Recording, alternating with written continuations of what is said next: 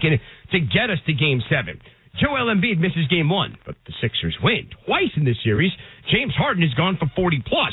Boston crushes Philly in Game 2. They go to Philly in Game 3, and they spoil the MVP coronation. Philly plays the perfect Game 5 while Boston lays the egg. And then Thursday night, Jason Tatum is a disaster for almost 44 minutes, and then he rescues himself and his team with 16 points in the final frame. And that sets the stage for the second Game 7 here in this year's NBA playoffs. It's the 8th ever between these two long-time hated Eastern Conference rivals. Celtics, Sixers. With more, we go to TD Garden in Boston and join the broadcast team for Game 7. Alongside Corey Alexander, here's Mike Cousins. Kevin, I think we have just as many questions as you do about this game. Who's going to show up, in what form or fashion are they going to do it? Let's start with lineups, Corey, because that was the big story of Game 6 beyond Jason Tatum, was Joe Mazzulla changing his starting lineup, taking Derek White, bringing him off the bench, putting Robert Williams into the starting lineup, and that worked out pretty well defensively, especially defending the mid-range. It absolutely did that, and that's the lineup, of course, that took the Boston Celtics to the finals a year ago, but it wasn't only about what they did defensively, also offensively. Robert Williams being there and Joel Embiid guarding him in pick and rolls allows Boston to have a lob threat at the rim, so now Joel Embiid has to pick and choose how he's going to defend that lob. Now, Al Horford stretches the floor, but I believe the dynamic both offensively and defensively for Boston was successful with Robert Williams in the starting lineup. Down the stretch, Jason Tatum was the story offensively, but you look back at the numbers from last game, in the final 3 minutes and 56 seconds, the MVP this year, the league scoring leader, Joel Embiid, not only didn't take a shot, he didn't touch the ball. That's not a success or a formula for success for the Sixers. It's not a formula for success for the Sixers, but actually it was by design by the Boston Celtics. And you talk about the shifts where the Celtics are defensively, especially off of pick-and-roll actions that include Joel Embiid and James Harden.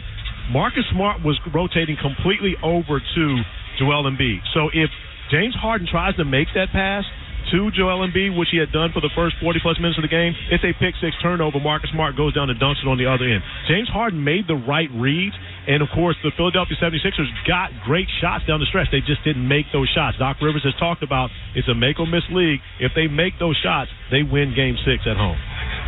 In Game 6, the Sixers scored just 13 points in the fourth quarter, while Jason Tatum of Boston scored 16 on his own to bring them to that 95-86 win.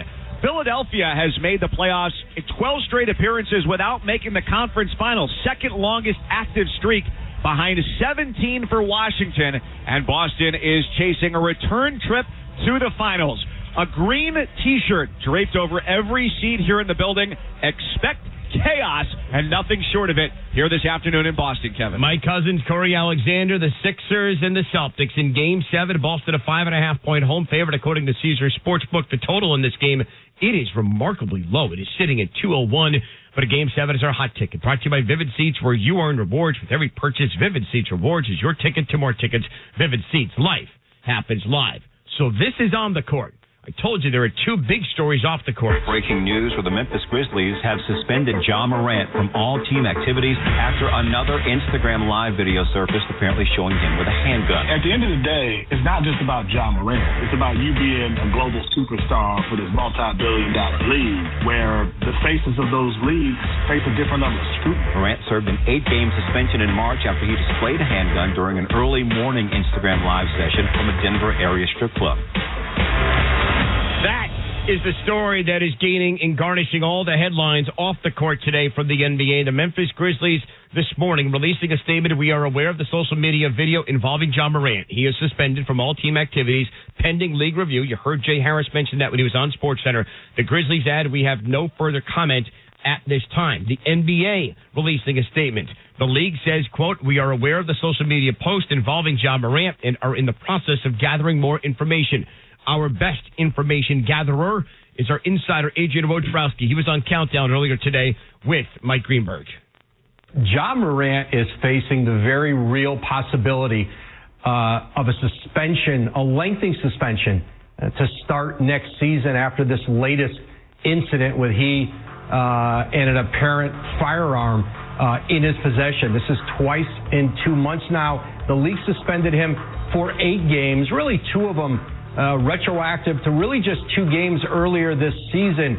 I sense already today that Adam Silver is going to feel increasing pressure from other teams in the league who see this as much as it impacts the Grizzlies, that it impacts them and their ability to market their players and their teams. I think there was a sense with that 8-game suspension earlier and during last season, and that Adam Silver showed some restraint in that edict with Ja Morant, took him at his word that he would make better decisions. They met in the league headquarters. Now, the league's investigating. They're still going now to make sure that this was a legitimate video, that it wasn't doctored in some way. But I think there is a real possibility, if that is what it appeared to be, a weapon in Ja Morant's hand, he again is going to likely face a significant suspension to start next season. That is the ESPN NBA insider Adrian Wojnarowski on a countdown coming up here on ESPN Radio's NBA Countdown as we get you set for Game 7. We're going to have reactions. Stephen A. Smith, Michael Wilbon, Jalen Rose, they are on countdown talking about it right now. The second big story. The Suns have fired reigning NBA Coach of the Year, Monty Williams. I'm very surprised, but with this business, you know how it goes. Nobody's safe. It's a what have you done for me lately type of league. I think it was something that you could kind of see coming if you were on the inside. Ishbia is the one who, according to Woj, really made the decision on firing Monty Williams. I think they're making changes. They're looking for what moves they can make player-wise and I guess coaching-wise. So, he caught the short end of the stick. Think about it. The Coach of the Year from a couple of seasons ago who took the Suns to the NBA Finals, Monty Williams, is now out. Brian Windhorst was on Game Night last night on ESPN Radio to talk about the whole process and how this unfolded. I know that this can be surprising from the outside, but you could kind of see this coming over the last week to 10 days. It's every situation in the league is different, and if you just look at resumes, it can be difficult.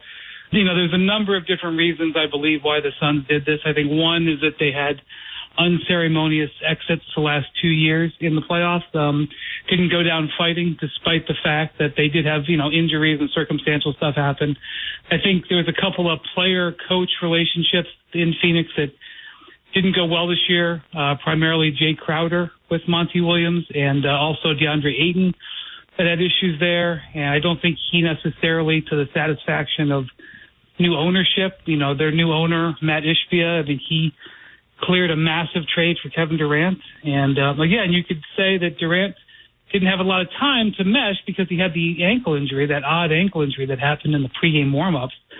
But they didn't seem to get the most out of Durant with Monty Williams and the fact that the guy is a new owner. So you put all of that together, I think it was something that you could kind of see coming if you were on the inside, and that's what happened. I'm sure Monty will be a major candidate for any of the jobs that are open and some that might still come open. That is Brian Windhorst on ESPN Radio's Game Night last evening. That story unfolded last night. Monty Williams getting fired by the Phoenix Suns. The Ja Morant story is still unfolding, and it became known to light earlier today after the Instagram Live video coming up on NBA Countdown. We're going to have more on Ja Morant. Again, you'll hear from Stephen A. Smith, Michael Wilbon, Jalen Rose on the television side. Up next on NBA Countdown as we get you set for Game 7. We circle back to the Celtics and the Sixers.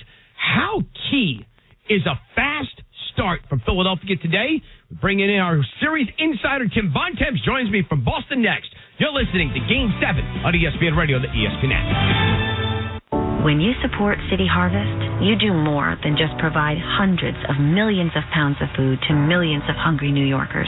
You feed hope for a kid up in Parkchester. You feed confidence for a first-in-her-family Queens College freshman. You feed community for folks in Canarsie Park. You feed compassion for retired Staten Island nurses who continue to serve. You feed strength for office workers in Manhattan. When you support City Harvest, you feed good. Support us at cityharvest.org. Hey, Stan, what's different with you? You seem so calm and relaxed. Yeah, my commute to the city is so easy now that I take the Coach USA bus. I work in the office 3 days a week, and Coach USA offers me the cheapest rate. 90 days to use my 40-trip commuter book. Frequent, reliable buses at convenient times. a new app to buy my tickets digitally, free parking, and the safest drivers. Not to mention, they are environmentally friendly. My life couldn't be easier, and I'm saving money. How do you think I afforded these box seats? Wow, my commute is costing me a fortune. With these gas prices through the roof, did you see the price per gallon today? Parking, tolls, I can barely afford this hot dog. Well, my friend, I think you should switch to Coach USA. Then you can buy these seats next time. For schedules and fares, go to CoachUSA.com or download the Coach USA app to buy, store, and scan your tickets. Get ready to save with Spectrum One. You get Spectrum Internet delivering fast and reliable speeds for $49.99 a month. Free advanced Wi-Fi for enhanced privacy and security. And a free Spectrum mobile line with unlimited talk, text, and data, plus nationwide 5G.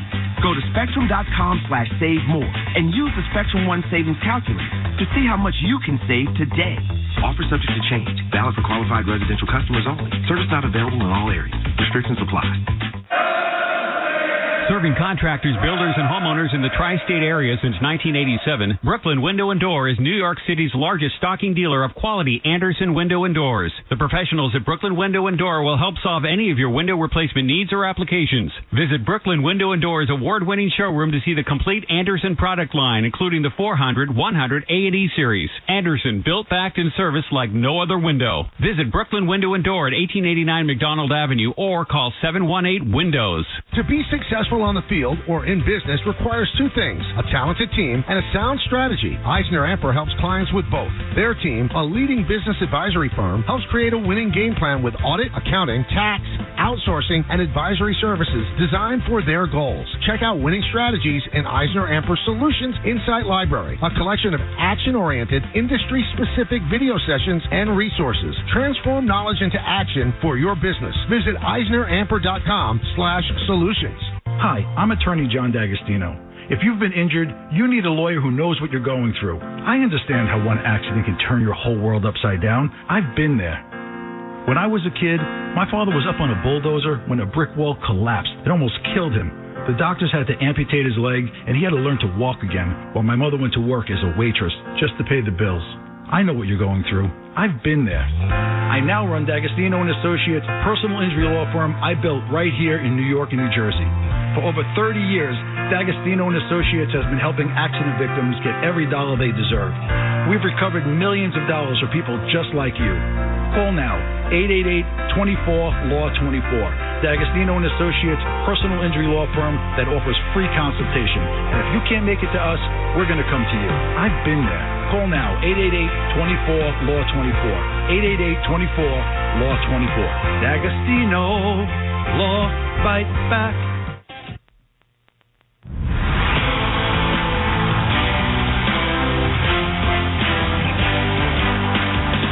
The NBA on ESPN Radio and on the ESPN app. Kevin Winter with you inside our Granger studio. Tip coming up in Boston, Celtics and Sixers in Game 7.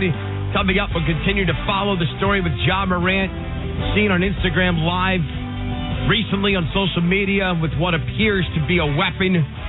Just not sure when the video was taken. The NBA is investigating. The team has suspended Morant from team activities. More reaction from our NBA TV countdown crew, Stephen A. Smith, Michael Wilbon, Jalen Rose. But as we circle back to Celtics and Sixers, short time ago, Mike Cousins with Doc Rivers, the head coach of Philadelphia. Kevin, thank you very much. Doc, as we get into this Game 7, this is your 16th Game 7 as a head coach in the NBA. That's the most in the history of the sport and almost 10% of all Game 7s ever. So you're the perfect person to ask. What have you learned about how to handle Game 7? Yeah, they're each, all of them are separate, when you think about it. And obviously I've had some that go my way and I've had some that have not gone my way. And at the end of the day, it comes down to trust and your players playing. I got a text from one of our great coaches in our league without giving him a name. But that was the bottom line at the end of the text. Get them prepared, sit back, and hope that players make shots just to make mislead. Both your team and Boston have had 2 of your 3 wins in this series on the road. I feel like so much gets tied up in having home court advantage. You're on the road today. And so why do you think home court has not been as much of a factor? I don't know. You have 2 mature teams maybe. Boston last year went to the finals. So they've been through everything you can possibly go through. They've won games on the road last year, and they're doing it again this year. So they're a team to me that you're not going to shake them wherever you play them. And we have learned that through the year. So we have learned that art as well. Doc Rivers with us here, NBA on ESPN Radio, leading into Game 7 of the Eastern Conference semis. Look back to last game, and the big story regarding your opposition was the change in the starting lineup, getting bigger in there. If they do that again, what do you feel like your best counter is between DeAnthony and George and whomever else you want to use?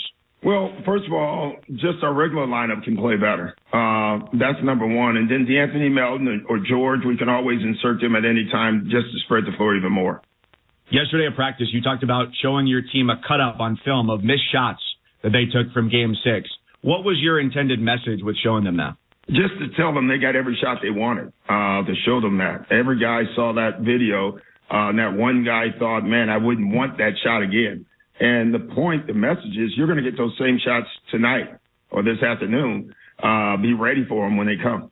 Is it necessary for all of Embiid, Harden, and Maxey to have a big game in this one to win it, or can it be an off day for one of them? Yeah, it can be an off day as long as they all play right. You know, if they play with the right spirit and the ball is moving, we're going to get good shots. If they are the guy that are creating the shots, then we're happy. If they're the guys that's making the shots, they're happy. You know, Tyrese is probably the only one that doesn't really, have high assist games. So he's a scorer for us, and we need him to score. Doc Rivers, thanks so much. We appreciate the time.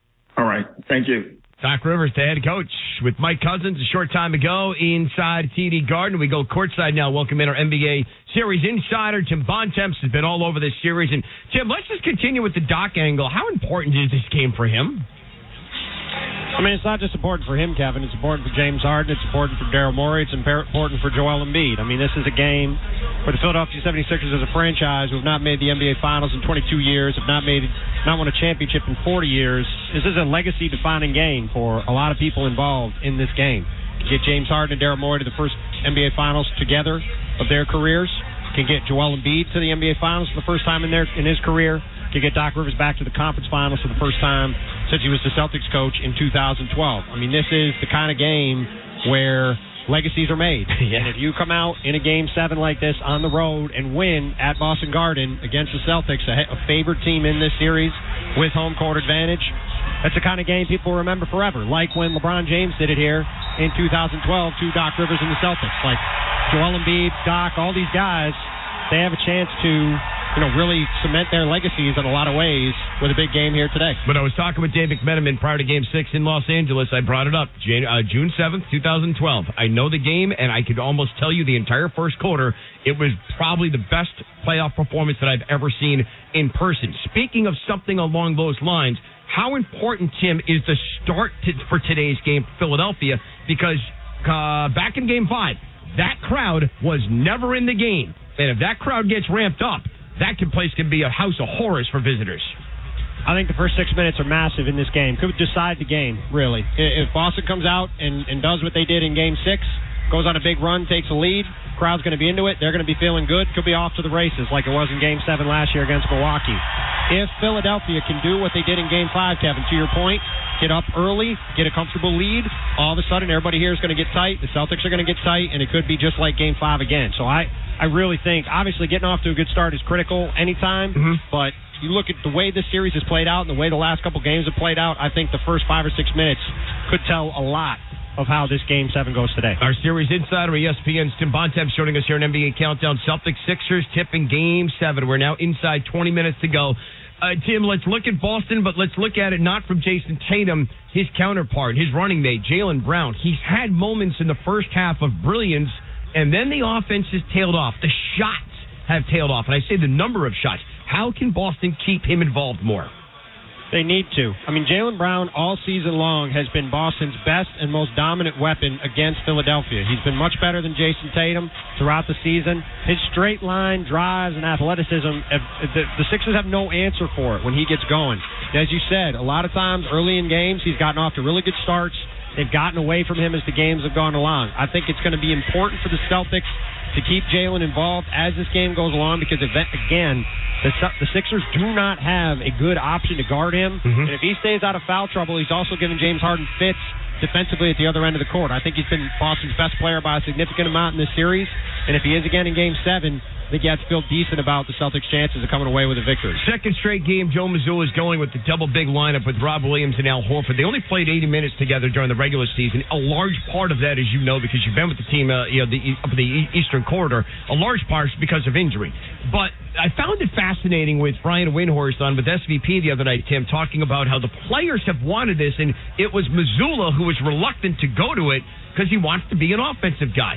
What does it say to you that Joe finally said before Game 6, all right, guys, you get your wish. Let's go do it? Well, I mean, look, all these decisions are never made in a vacuum, right? But if you look at the way Joe Mazzulla has coached the team, he's tended to lead smaller, quicker spacing, more offense, right? Whereas Ime Udoka last year leaned bigger, more physical, tougher, more defense, right? And that's really how the season's played out. But look, the way this series has gone, when Robert Williams has been on the court, the Sixers' offensive players have struggled to get into a rhythm, and so they went to it in Game 6. It worked.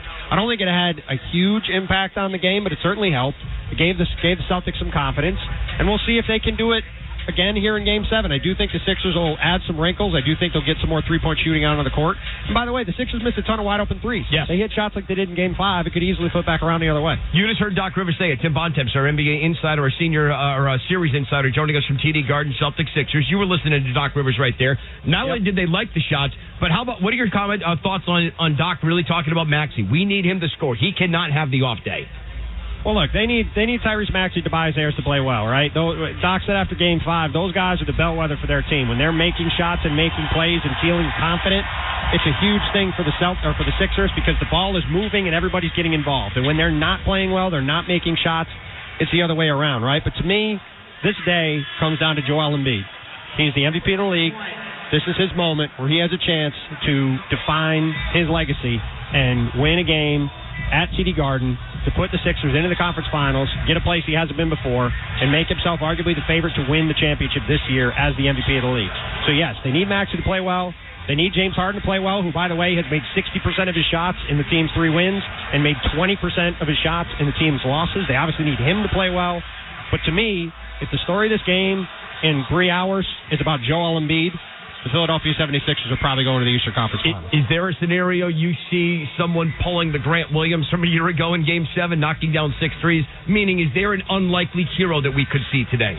Oh, absolutely. There's a lot of guys on both sides. I mean, you mentioned Tyrese Maxey. He could go for 30 like he did in Game 5.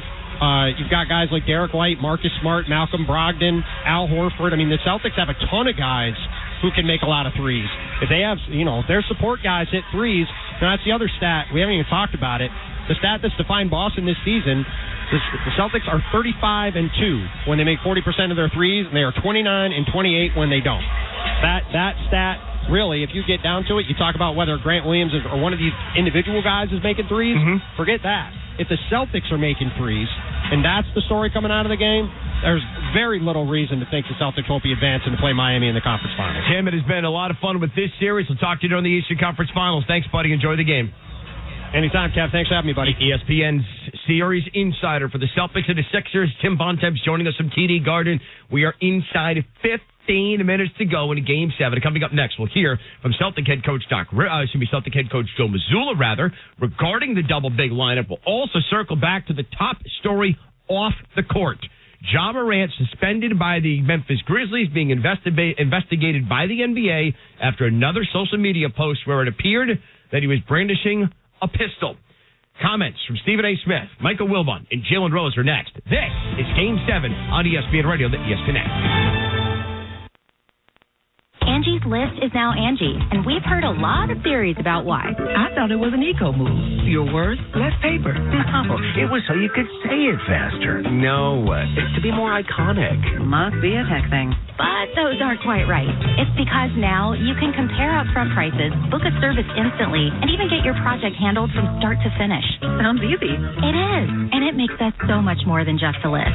Get started at Angie.com. That's ANGI, or download the app today.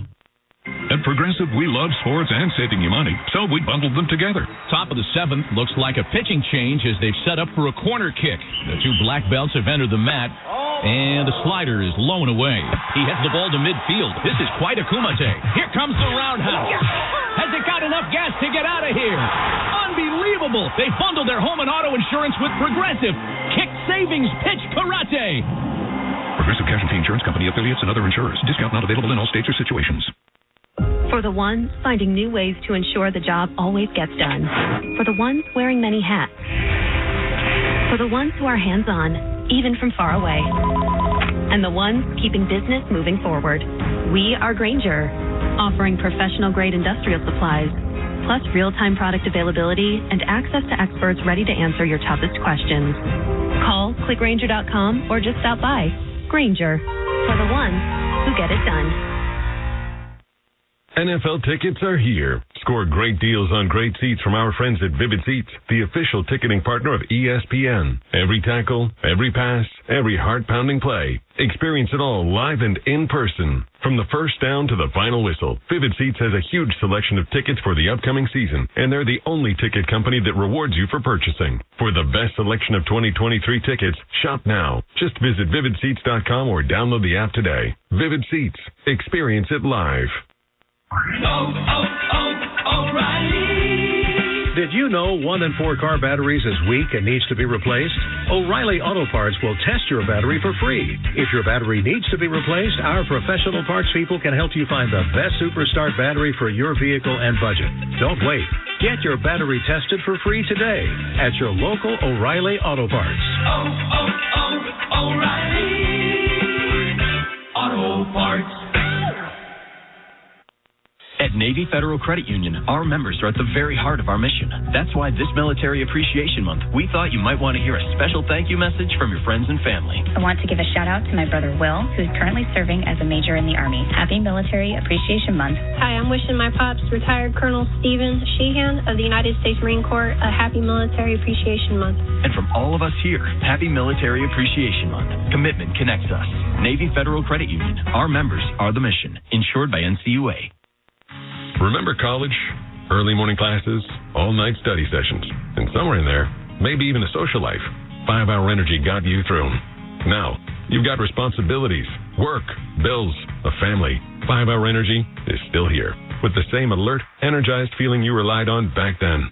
Every day, 5-Hour Energy helps millions just like you be at their best when it really matters. Rediscover 5-Hour Energy. We'll get you through again. For more information, visit 5hourenergy.com. The NBA Finals. Hearts are racing, heads are pounding. No time to rest. No time to look away. It's unbelievable. Because in the finals, everything changes. Oh, it's good. Fate collides with destiny. Today's stars become tomorrow's inspirations. And 4 wins turn the end of a season into the start of a legacy. The NBA Finals begin June 1st on ABC.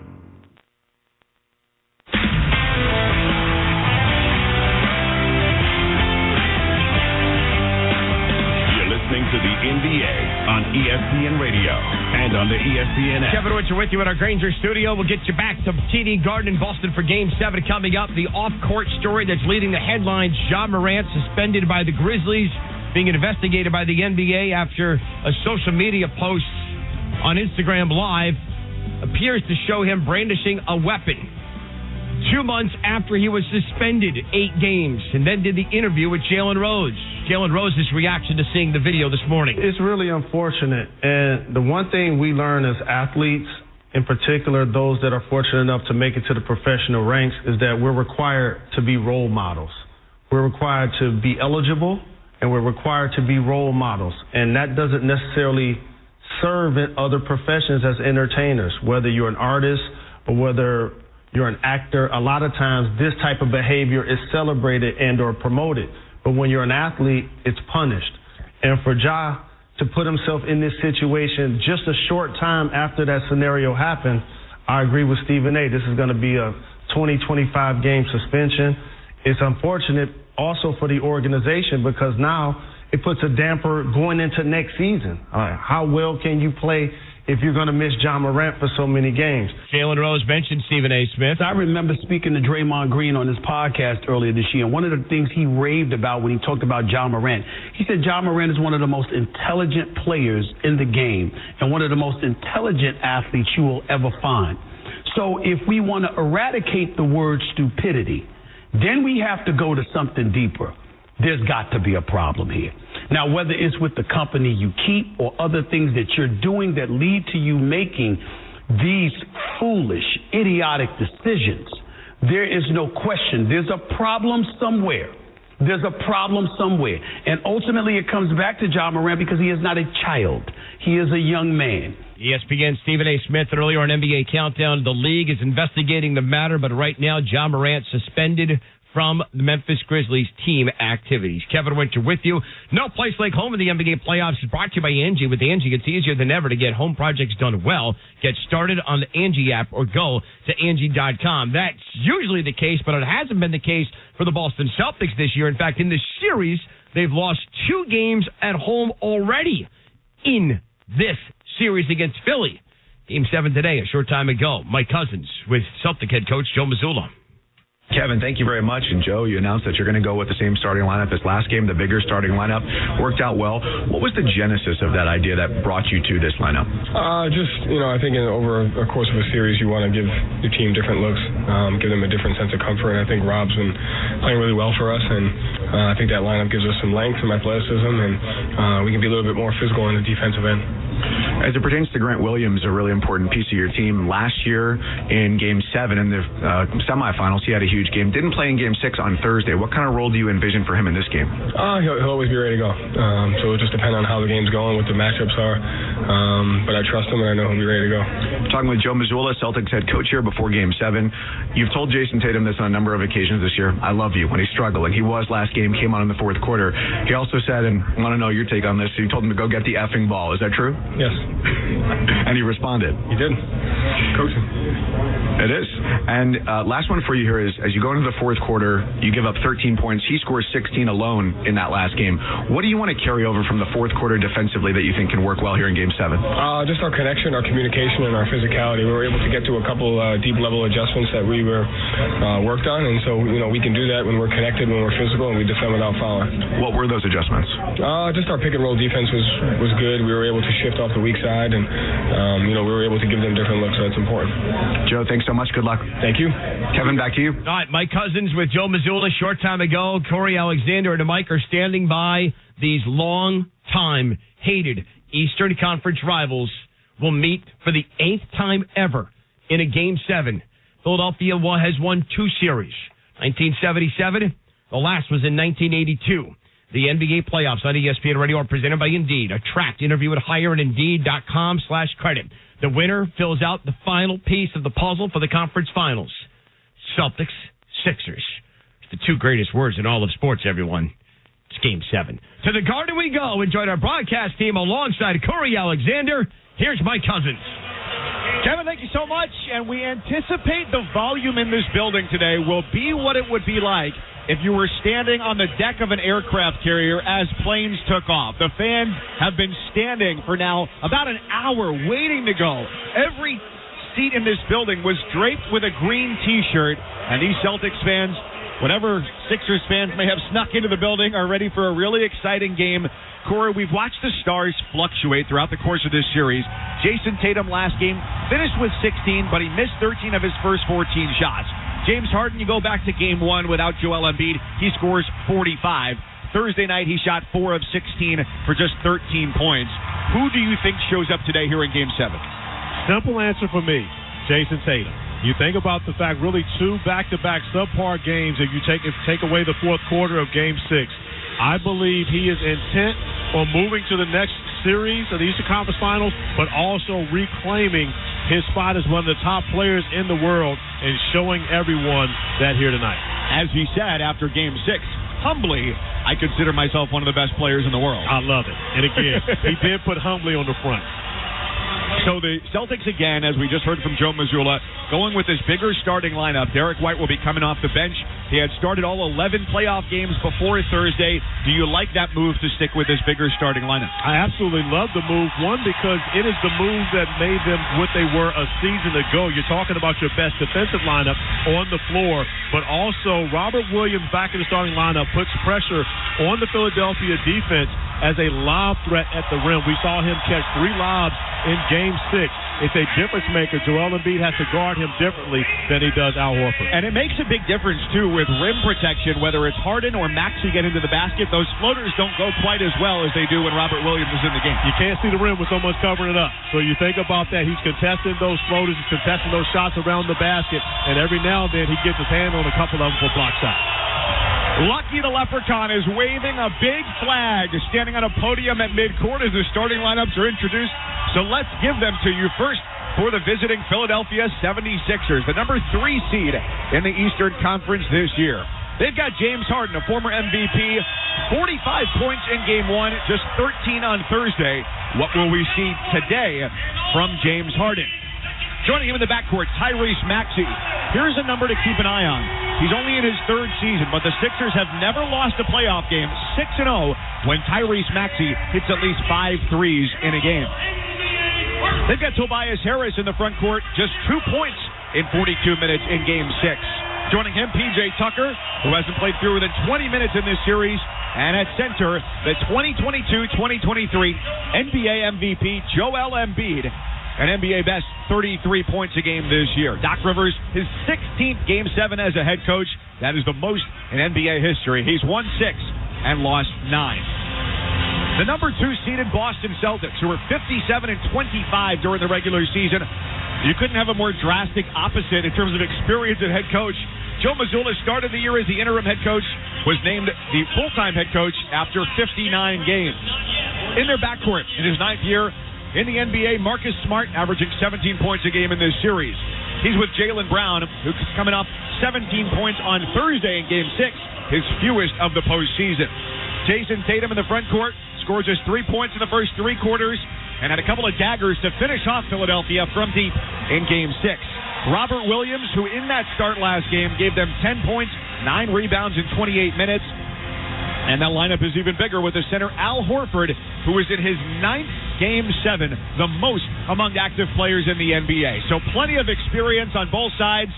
3 up, 3 down for both teams. Game 7, we are just about ready to go as the teams take the floor. Our crew chief today here in Boston, Scott Foster, in his 29th season. Our referee, Eric Lewis, year number 19, and in his 25th season. The umpire this afternoon inside TD Garden is Bill Kennedy. For Boston, as they make their way onto the floor for the bench to our right, green jerseys today. Jason Tatum flashes his to the crowd that reads Boston across the front. The number 0 underneath that, green shorts with a pair of white stripes down the side. And for Philadelphia, white jerseys, blue stripes and stars down the side. Phila, Phila, across the front. And we are just about ready to go. Joel Embiid stands on the right side of center circle, and Robert Williams on the left for the Celtics on this iconic parquet floor. Game 7 to go to the Eastern Conference Finals and take on the Miami Heat. Our first ever Game 7, by the way. Exciting times right now here on ESPN Radio. Mike Cousins, Corey Alexander with you. Crew chief Scott Foster throws the ball in the air. Robert Williams swipes it into the backcourt left with his right hand. And we are underway as the Celtics control. Jason Tatum between the circles into the front court right. Passes right to Robert Williams. Dribbles over to the far sideline. Hand off Jaylen Brown. He puts up a 3 that's short. It bounces to the far sideline. Out of the reach of Tyrese Maxey. And out of bounds.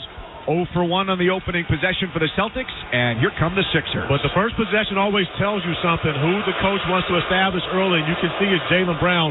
Joe Mazzulla wants to get off to a great start. Joel Embiid, top of the key, faces up against Al Horford, a right-handed dribble to the right side, hands it off to James Harden. He dribbles into the paint against Williams, gets it out to the right elbow for Embiid. 4 to shoot. Embiid gets double-teamed. Kick out Harden, right wing 3 in the air. Off to the left of the rim, no good. And the rebound belongs to Smart. Celtics push his pass ahead, intercepted by Harden, who goes to the basket and throws it down with 2. The interception and the dunk. And now the third dunk of the season for James Harden. Had 1 in Game 6, which was only his first dunk since October the 24th. He keeps statisticians and basketball fans alike on guard. Robert Williams misses a point-blank shot. Jaylen Brown tracks it down. Right side stick back is good. The offensive rebound and the lay-in. Philadelphia and Boston tied at 2, 70 seconds in. And if you're keeping score, it's 1-1 on 50-50 balls here to start Game 7. Here's Maxey between the circles off an Embiid screen left. One bounce right for the big fella outside the arc. He can shoot the three. Gives it up to Harden on the right sideline, who floats it to Embiid in the right side corner. 5 to shoot as he backs in on Horford. He turns, shoots, and Joel Embiid's shot rattles out. Rebounded by Jason Tatum coming left to right. Even at 2, Tatum top of the key. He drives down the right side of the lane, stumbles at the basket, kicks to the far side corner for Smart, who then unloads it for Tatum up to the top of the key. Horford 3, front rim no. Maxey the Philly rebound. And everyone on their heels once Al Horford gets a look from 3. Quick lob to the left block, Harden to Embiid, gets double teamed, shovels out. Tobias Harris puts up a 3. That was a flat shot, short off the rim, and the Celtics have it.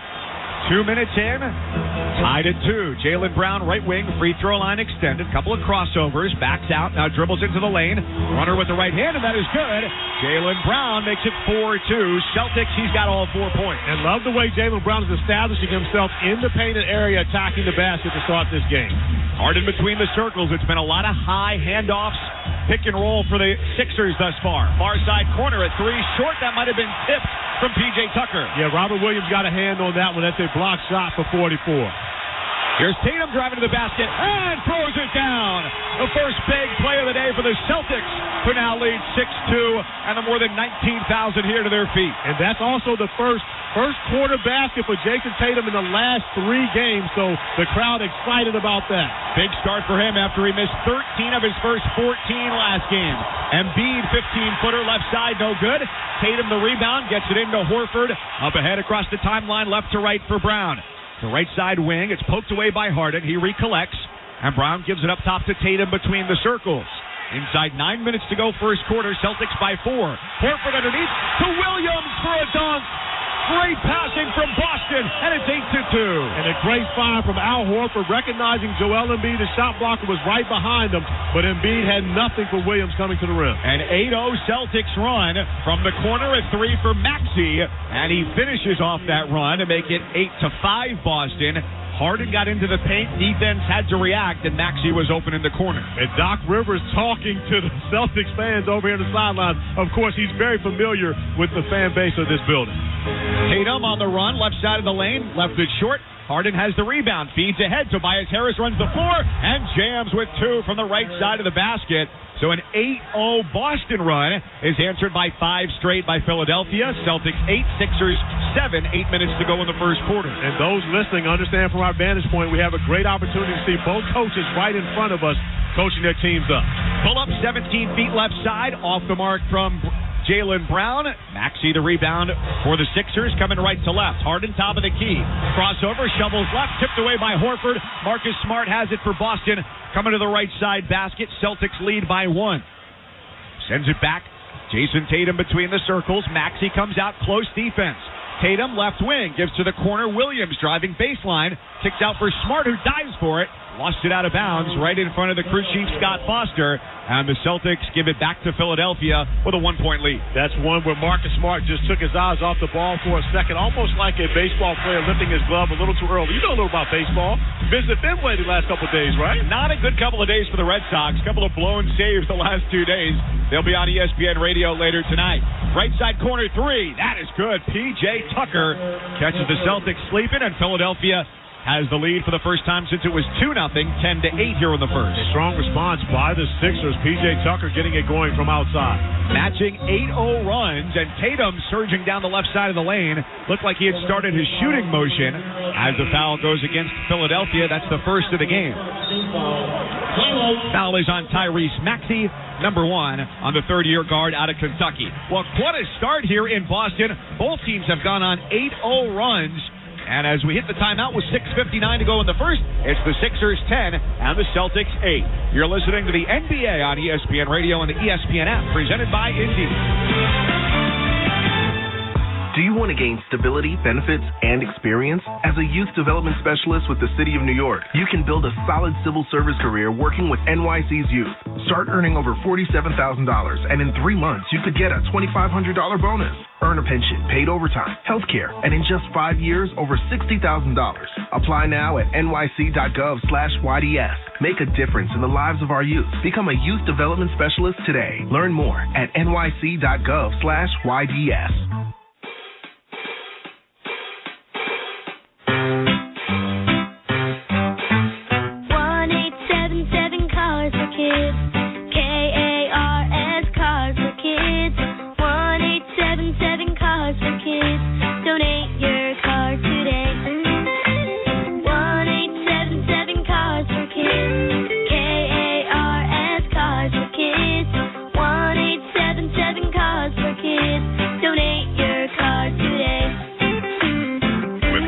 is at an all-time high, our donors are now getting highest receipts ever. Donate at carsforkids.org, and your car can be picked up tomorrow. 1-877 Cars for Kids. KARS Cars for Kids. 1-877 Cars for Kids. Donate your car today. Now accepting donations of land, homes, buildings, or any kind of real estate. To hit a home run, everything needs to line up perfectly. No different than finding the person you want to marry. When the time comes to propose, do what I did. Visit the engagement experts at London Jewelers. They'll make shopping for a ring easy and help you hit it out of the park. Let them help you pick or design the perfect ring to fit any budget from their 2 by London collection. London Jewelers is committed to getting it just right. So visit London Jewelers today at any of their 7 locations, including the newest location at the mall at Short Hills. Mention I told you to stop by, and you'll get the Michael K. treatment.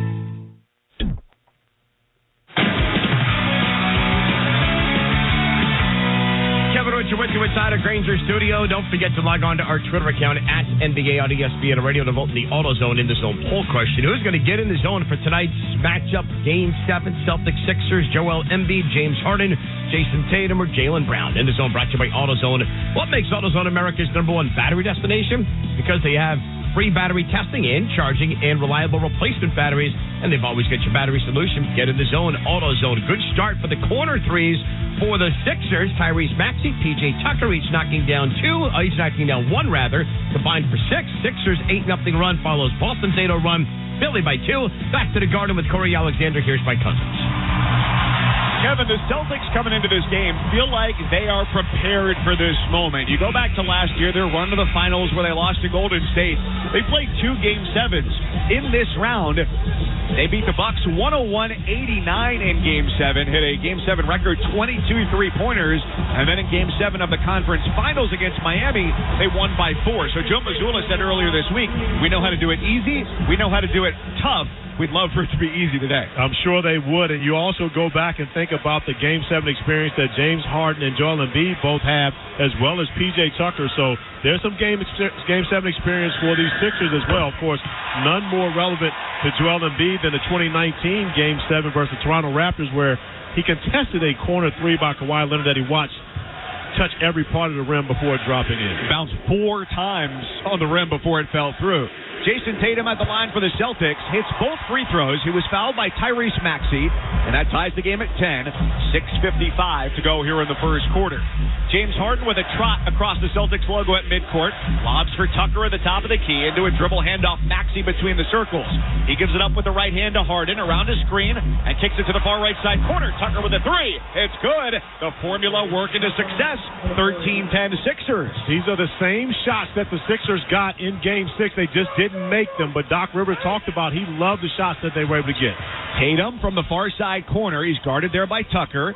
Zips it up top for Brown with the mask on. Tries to get by Tobias Harris. Can't do it. Free throw line fadeaway wide to the left. Not a great looking shot. Yeah, great defensive stance by Tobias Harris on that possession. Maxey, high right wing. Back to Harden near midcourt. He diagnoses the defense. Takes a dribble to his left off an Embiid screen. Gets to the left block. Kicks out for Tucker in the corner.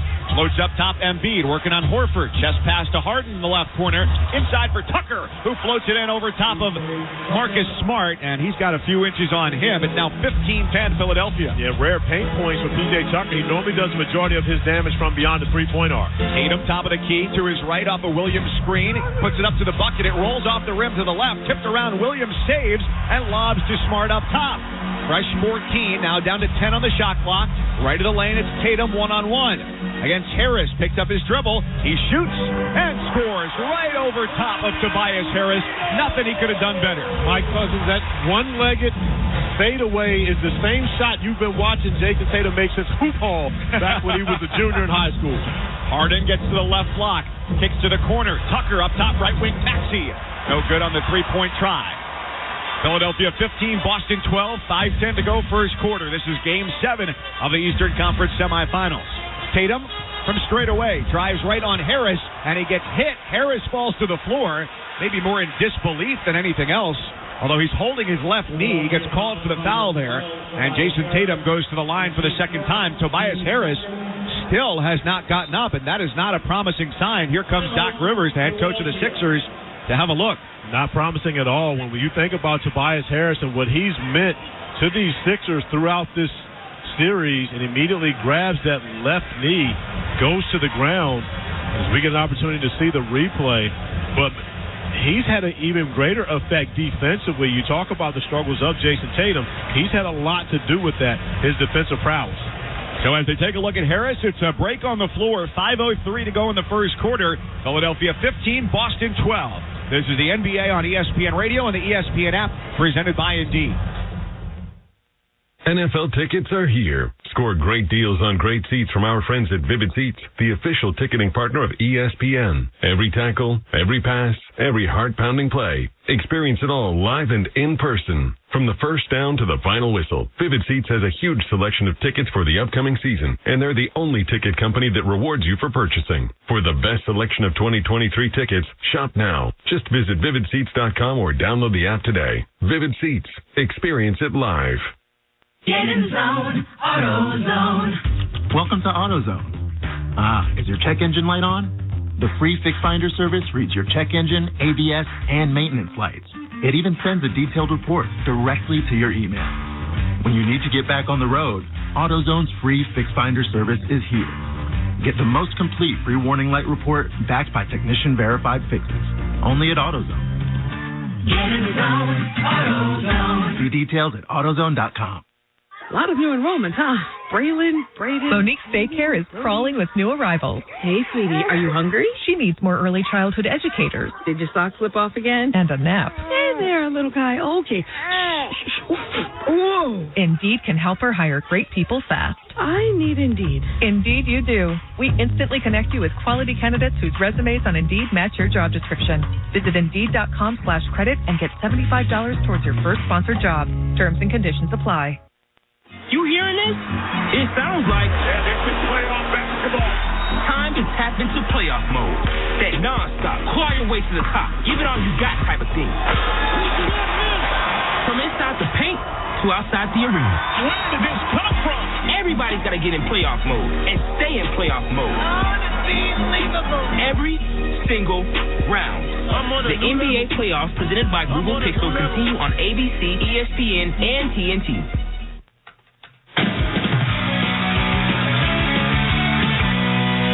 You're with the Insider Granger Studio. Did you know? Brought to you by Geico. Switch to Geico today and see all the ways you could save. It's easy. Simply go to Geico.com to get a rate quote.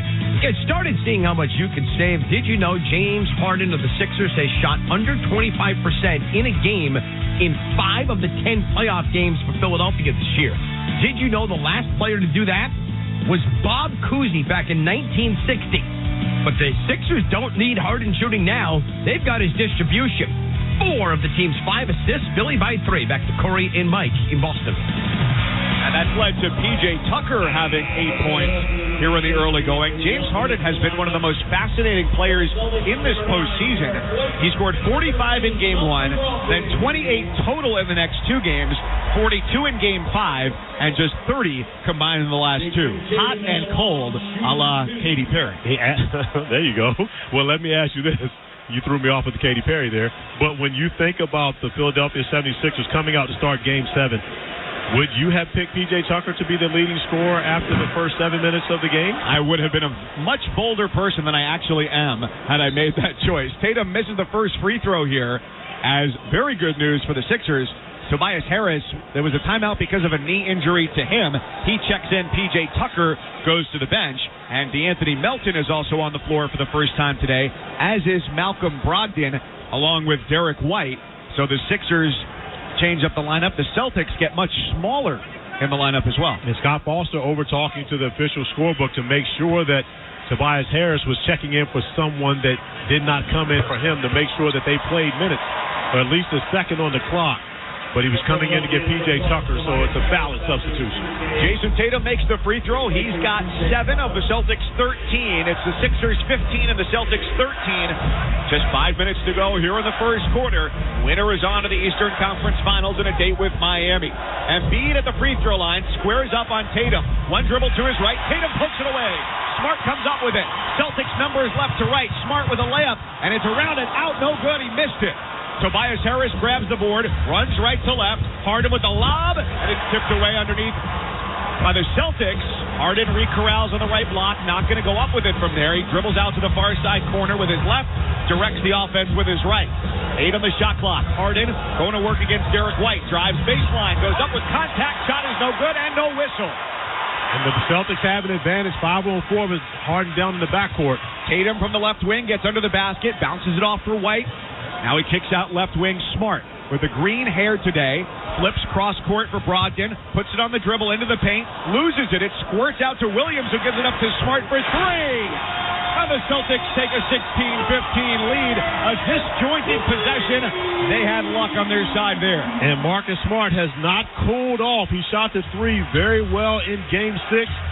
3 of 8 from beyond the arc and keeps it going here in the first quarter. Smart averaging 17 a game during this series. From the far corner, Melton drives, kicks left wing, Maxey with a long 2, off the iron and tipped up and in by Melton, who's all of 6'2" in there, and he puts Philly back in front, 17-16. You mentioned Melton is 6'2", but he plays much bigger than offensively and defensively, having to guard the 6'8+ Jason Tatum. Brogdon, deep 3, off the back iron, high rebound. Catapults down to Tobias Harris, who's running well after he got his left knee checked out. He pulls up left elbow. That is pure. One-man break there. Tobias Harris, Philadelphia by 3, 19-16, with 3 minutes to go in the first. And I take it from experience. Nothing makes the knee feel better than seeing the basketball go through the hoop. White at the second marker right side. His floater short, tipped out of bounds, and it stays with the Celtics, who make a couple of substitutions here. Jaylen Brown returns. Marcus Smart goes to the bench. Al Horford is back onto the floor, and he's replacing Robert Williams as P.J. Tucker re-enters for Philadelphia. James Harden sits for the first time. And Mike Cousins, you know how much I hate floaters. However, Derek White going to the basket, shooting the floater, there's a reason for that. It's because Joel Embiid is patrolling the paint. He's been a force on the interior. Inbound from the baseline to Tatum left wing. Missed on the 3, off the left iron. Rebound over to the right side for Embiid. 33 points a game this year. He blows by Al Horford and lays it in. Now that goes to the commentary from Joel Embiid regarding the last 3:56 of the game. Do that if you haven't got the basketball. Give me the ball. Jason Tatum gets past the defense. Layup right side there. Philadelphia 21, Boston 18, 2.5 in the opening quarter. Maxey from the left wing, lobs it to the left block. Harris backs his way in on Brogdon, leaps, passes to the top of the key. Embiid, one dribble, 3-pointer. Wide to the left, long rebound to the right for Tatum in the corner. Here come the Celtics, down by 3. Brogdon top of the key, drives left, kick to the corner. Tatum with the drive to the basket, rejected by Joel Embiid, who was waiting there and saw it coming from a mile away as it goes out of bounds baseline. And that's where that basketball has to be swung to the perimeter to allow Al Horford to knock down that 3. That's the only way you're going to be able to get Embiid out of the painted area. We talked about him patrolling the paint. Does a great job defensively on that possession. Embiid looked like he was blocking a toddler shot in the driveway instead of a potential MVP candidate. Brown on the move. He's stripped away by P.J. Tucker. It rolls out of bounds baseline to the right. So the Celtics keep it. 5 on the shot clock. 1:59 to go in the first. And the Sixers up by 3 over the Celtics, 21-18. NBA officials have to have the patience of Job. I just can't imagine somebody talking to me like that. Inbound for Brogdon, top of the key. White drives. It's tipped and out of bounds and off of the Celtics. They give it back to Philadelphia, 1:54 to go. It is Mother's Day. You could have said the patience of a mother. Yeah, or Job. Mom or Job. Either one of them. Both, of course, exhibit great patience. Moms and Job, both saintly characters in our lives. Minute 45 to go. Maxey on the move. Throws it up after he got hit, but bangs it off the front rim. So Maxey on the move, and he's going to the free throw line with a foul on the Celtics. Jaylen Brown, his first, and the team's first. As he goes to the line, we now pause 10 seconds for station identification. This is the NBA on ESPN Radio and the ESPN app, presented by Indeed. This is your exclusive home for Aaron Rodgers and the New York Jets. I'm here because I believe in this team, and I'm excited about the new adventure here in New York. WEPN-FM, New York. A full house at TD Garden in Boston today. Game 7 of the Eastern Conference semifinals. Mike Cousins, former NBA guard Corey Alexander with you. And Tyrese Maxey at the free throw line for Philadelphia. hits both free throws after a Jaylen Brown foul. It's the Sixers 23 and the Celtics 18 with 95 seconds to play in the first quarter here on the Celtics home floor. Jason Tatum leading the Celtics with 9. Here's Jaylen Brown dribbling from the right corner to the basket. Rejected at the rim. A multitude of Philadelphia defenders there. Maxey comes up with it. Gives to Embiid at the left wing. Drives, shoots. He scores and one. Al Horford with the foul. And Joel Embiid here is taking over the last couple of possessions for Philadelphia at the left end. Doc Rivers and I were teammates in San Antonio 27 years ago. And he's moving more on the sidelines and more active now than he was then. He is all over the place at half court, dapping up Tyrese Maxey. He's in his defensive stance. He's actually dribbling an imaginary basketball. He's doing it all on the sidelines right now. You can see how locked in he is, and it's showing in his team here in this first quarter. Embiid now has 5. Most on Philadelphia is P.J. Tucker with 8. There's a foul before Jason Tatum went to the basket and started his gather. Scott Foster, the crew chief, makes the call from the far sideline as DeAnthony Melton is whistled for the shot, or the foul pre-shot, his first, team's second of the first quarter. So the inbounds comes from the far sideline. Brogdon, a great three-point shooter, floats it into Tatum, right in the lane, backing his way out on Milton, turns, shoots, and scores, utilizing the window to perfection. And Jason Tatum has a game-high 11 as Boston pulls it within 6, 26-20. But Al Horford standing at the top of the key, not allowing Joel Embiid to come down and affect that shot. There's a battle for it at the top of the key right now. Embiid has it, turns to face on Horford. Takes a couple of dribbles to the free throw line, wants to back his way in. Horford won't let him. Embiid turns around, air balls on the fadeaway. It's tipped out of bounds. Last touch by the Celtics. It stays with Philadelphia at the left end. 4 seconds on the shot clock after the Embiid air ball. But a great job by P.J. Tucker keeping that basketball alive and, of course, forcing it off the Boston Celtics to remain possession. Philly by 6. Melton inbounding baseline to our left. He goes to the right side corner. P.J. Tucker, a 3 is good. They have not had the answer for him here in the first quarter. He's 3 of 4 from 3. He's tied for the game high with 11, and the Sixers have their largest lead of the opening quarter at 29-20. And P.J. Tucker making the shots that he was unable to make in Game 6, especially in the fourth quarter, when the Boston Celtics were leaving him to keep the basketball out of Joel Embiid's hands. It'll be interesting to see if he can do that for 4 quarters of this game. Yeah, just 8 points on Thursday in Game 6, already 11 here this afternoon. Tatum from the top of the key, surges down the left side of the lane, kicks to the right side corner. Horford with a triple, and he responds in kind. His first point of the day, 30 seconds to go in the first. Sixers up 29-23 with the ball at the left end. And that's Al Horford's first 3-point field goal made in the past 3 games, so it has to feel great for him to see one go down. Maxey between the circles on the high ball screen left from Embiid. Gives to the left side corner. Tucker another 3, no good. Brown with the right hand tip. Gives it to Horford. Celtics have 8 seconds to come up the floor and get a shot. Now 5 seconds. Brogdon, top of the key, dribbles in. Step back long 2, wide right, no good. Tipped up to the Sixers, and Melton heaves it down floor. It's an air ball, and the first quarter is over. Philadelphia 29 and Boston 23. And P.J. Tucker has been a spark. We talked about Game 7 experience for the Celtics. The Sixers have their own share of it, and it showed up here in this first quarter. At the end of the first, it's Philadelphia by 6, 29-23 in Game 7. And this is the NBA on ESPN Radio and the ESPN app, presented by Indeed. Scott for Scots here. A good track can feed the soul. And while this might be music from the heavens, it's not going to feed your lawn. If your yard needs some life, then you need Scott's Turf Builder.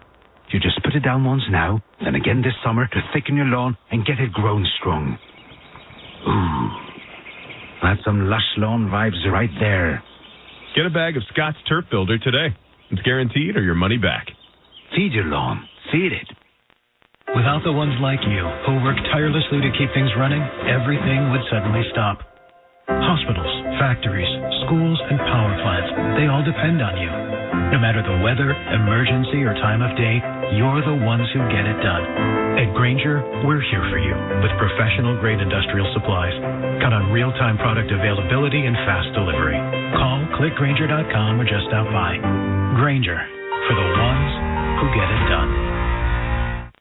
Oh, oh, oh, O'Reilly. Does your vehicle have over 75,000 miles? Get maximum high-mileage engine protection with new Syntec Full Synthetic High-Mileage Motor Oil exclusively at O'Reilly Auto Parts. Right now, get 5 quarts of Syntec High Mileage and a MicroGuard Select Oil Filter for just $34.99. Limit supply. Ask for Syntec High Mileage at O'Reilly Auto Parts. O'Reilly Auto Parts. At Navy Federal Credit Union, our members are at the very heart of our mission. That's why this Military Appreciation Month, we thought you might want to hear a special thank you message from your friends and family. I want to give a shout out to my brother Will, who's currently serving as a major in the Army. Happy Military Appreciation Month. Hi, I'm wishing my pops, retired Colonel Stephen Sheehan of the United States Marine Corps, a happy Military Appreciation Month. And from all of us here, happy Military Appreciation Month. Commitment connects us. Navy Federal Credit Union. Our members are the mission. Insured by NCUA.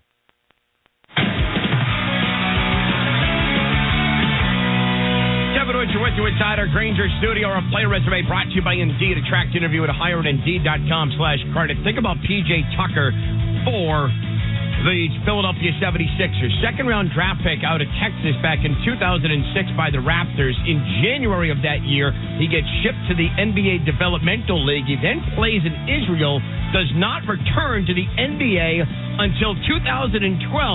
And here he is, an integral part of the Sixers, and in Game 7, he knocks down 11 opening quarter points, and Philadelphia's got a 29-23 lead. We start the second back in Boston with Corey Alexander. Here's Mike Cousins.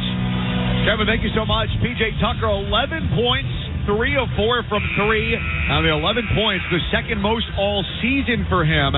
His season high is 13, and Corey's got to keep playing that way, given the way the Celtics are defending. He absolutely does, but this is reminiscent of the performance we saw last season in a Game 7 here on this floor where Grant Williams went off for the Boston Celtics, knocking down 3 after 3, I believe 7 threes in total for Grant Williams. So P.J. Tucker taking on that role, but it's not cheered for the same here in this building as it was last year. 29-23 Philadelphia. They've got the ball at the left end. It's Harden navigating his way into the paint on the dribble. He falls to the ground, passes out near midcourt. Tobias Harris is called for a backcourt violation. He immediately pleads to Bill Kennedy, the official, to say that was tipped. It should have been anybody's ball, not a violation against us. Doc Rivers coming out to make the case as well to Eric Lewis, one of the triumvirate of officials, and they're giving him the Heisman for the moment to say, hang on. But that basketball was dribbled, and so Scott Foster actually had it right. Eric Lewis coming over, and I believe they got that one wrong because Tobias Harris took a dribble in the front court and then took the basketball into the back court. Yes, he controlled it in the front court. Yes, they got that one wrong, but the difference was Scott Foster came over to Eric Lewis and changed the call. Eric Lewis had it right at the beginning. 73 combined seasons of officiating on this crew today. And on the inbound, James Harden, a 3 too long. Sixers still lead by 6. Boston into the front court right. Jaylen Brown hoists a 3, splashes it down, and Brown gets the Celtics to within 3, 29-26. Fortunately for the Celtics, that missed call doesn't mean anything, and it ends up being a good look for Jaylen Brown on the other end. George Niang at the right side, free throw line extended, gives it off, shot wide right from Tobias Harris, and now a whistle on the shot, and the foul goes against Boston. Foul is on Malcolm Brogdon, his first, and the first against Boston here just 49 seconds into the second quarter. Tobias Harris to the free throw line where he shot 88% this year. And this may be as aggressive as we've seen Tobias Harris, especially in this series. He's had a lot to do with the defensive struggles. Well, I'm sorry, defending Jason Tatum, who's had some offensive struggles in this series. But offensively, Tobias Harris has been extremely aggressive here in this first half. Harris hits the first, and his second left-hand free throw is good, 31-26. Philadelphia, Tobias Harris with 6. He's their second leading scorer. P.J. Tucker, 11. And Jason Tatum for Boston also with 11. Marcus Smart between the circles. Dishes left. Jaylen Brown, who has shed the mask that he wore in warm-ups and in the first quarter. The high right wing, step back 3 over Paul Reed. Halfway down and out, Robert Williams, offensive board, left block, couldn't corral it. Tobias Harris running right to left. It was 1-on-3. Shovels back, now Niang, left wing, transition 3. And that was also halfway down the cylinder before popping out like a pinball. Quick pace here. Brogdon top of the key at the right end for the Celtics, who trail 31-26.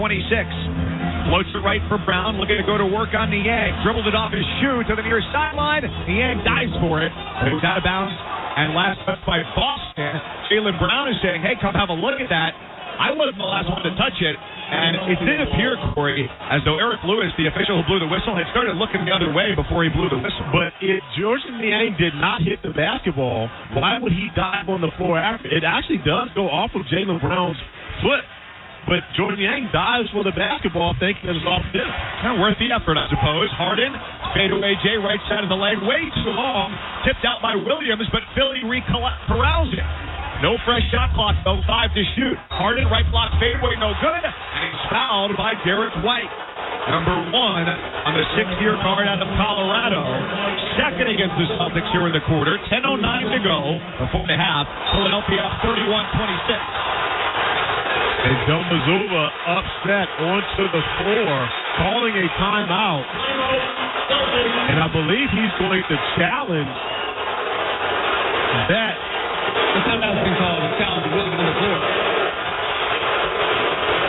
So they're going to take a look at this foul that was called on Derek White.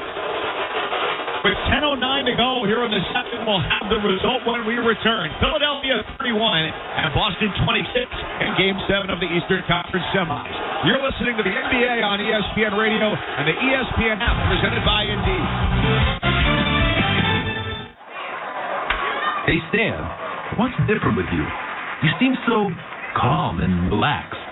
Yeah, my commute to the city is so easy now that I take the Coach USA bus. I work in the office 4 days a week, and Coach USA offers me the cheapest rate. 90 days to use my 40-trip commuter book. Frequent, reliable buses at convenient times. A new app to buy my tickets digitally, free parking, and the safest drivers. Not to mention, they are environmentally friendly. My life couldn't be easier, and I'm saving money. How do you think I afforded these box seats? Wow, my commute is costing me a fortune. With these gas prices through the roof, did you see the price per gallon today? Parking, tolls, I can barely afford this hot dog. Well, my friend, I think you should switch to Coach USA. Then you can buy these seats next time. For schedules and fares, go to CoachUSA.com or download the Coach USA app to buy, store, and scan your tickets. Get ready to save with Spectrum One. You get Spectrum Internet delivering fast and reliable speeds for $49.99 a month. Free advanced Wi-Fi for enhanced privacy and security. And a free Spectrum mobile line with unlimited talk, text, and data, plus nationwide 5G. Go to Spectrum.com/save-more and use the Spectrum One savings calculator to see how much you can save today. Offer subject to change. Valid for qualified residential customers only. Service not available in all areas. Restrictions apply.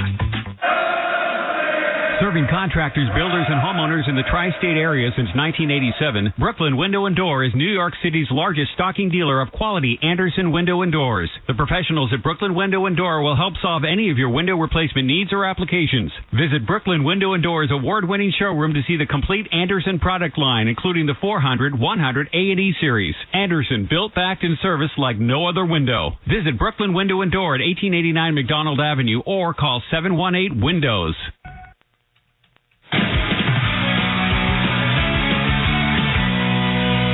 You're with you inside our Granger studio. Reminder, coming up Tuesday night, we begin our coverage exclusively on ESPN Radio. The NBA's conference finals will be in the West. We'll be in Denver, Nuggets and Lakers. We also start our coverage at 8 p.m. Eastern with coverage of the NBA's draft lottery.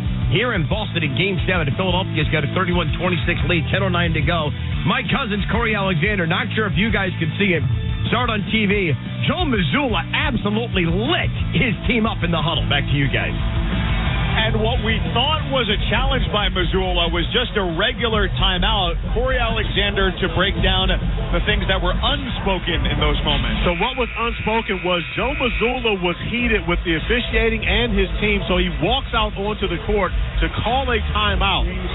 Then Scott Foster comes over thinking that it's to be challenged, but Joe Mazzulla does not want to use his challenge that early. Also, Doc Rivers was in the ear of Scott Foster, letting him know he did not call that timeout to challenge. Doc Rivers wanted a technical foul on Joe Mazzulla for walking onto the court the way that he did. Scott Foster immediately goes over to Joe Mazzulla, who is by that time giving Eric Lewis an earful. One of the other officials. And asked him, do you want to challenge? And, of course, Joe Mazzulla says, no, I do not want to use my challenge right now. So it was just a timeout. A lot to do about nothing. However, there was a lot of vocal communication. Displeasure. Yeah, exactly. I like vocal displeasure much more so from Joe Mazzulla during that timeout. And from the fans toward the officials. The foul was on Derek White of Boston. James Harden just hit both free throws at the left side. So it's Philly 33, Boston 26. Marcus Smart rises up to shoot. He's turned away. Here comes Philadelphia, right to left. And DeAnthony Melton is stopped at the basket. The shot tipped out of bounds. White and Brown there in defensive coverage. 19 on the shot clock for Philadelphia. 9:51 to go before the end of the half. 33-26, Philadelphia in the lead. Melton inbounding left to the basket from the baseline. Finds Reed outside his scoring range. Left side free throw line extended. Gets it back, curls to the basket, and a layup is good right over top of the defense. Remember we talked about Melton playing much bigger than his 6'2", 6'3" stature. And that play right there, going over the shot blocker, shows that all. Melton's got 4. Sixers lead by 9. Jaylen Brown in the lane. Kick out left wing. Malcolm Brogdon dribbles across the lane. Gives to Marcus Smart in the near side corner, guarded by Niang. Smart bounces to Brogdon in the corner. Shot fake, gets past Reed, goes and is blocked by Harden, who didn't leave his feet. And it's a shot clock violation against Boston. They did not know where to go on that possession. And Philadelphia has been a very good defensive team throughout this playoffs. And they showed it off on that, the shot clock violation, but another block shot as Jason Tatum prepares to enter the game once again. He's been really the only one getting anything going offensively in this first half for the Celtics. James Harden effortlessly blocking that shot without jumping was like watching a cat swat an egg off of a kitchen counter to the floor, just waiting for something to happen. Harden the other way, airballs a right elbow jumper, and it's out of bounds off of Philadelphia. So Boston ball, they get an offensive surge, and guess what? So do the Sixers.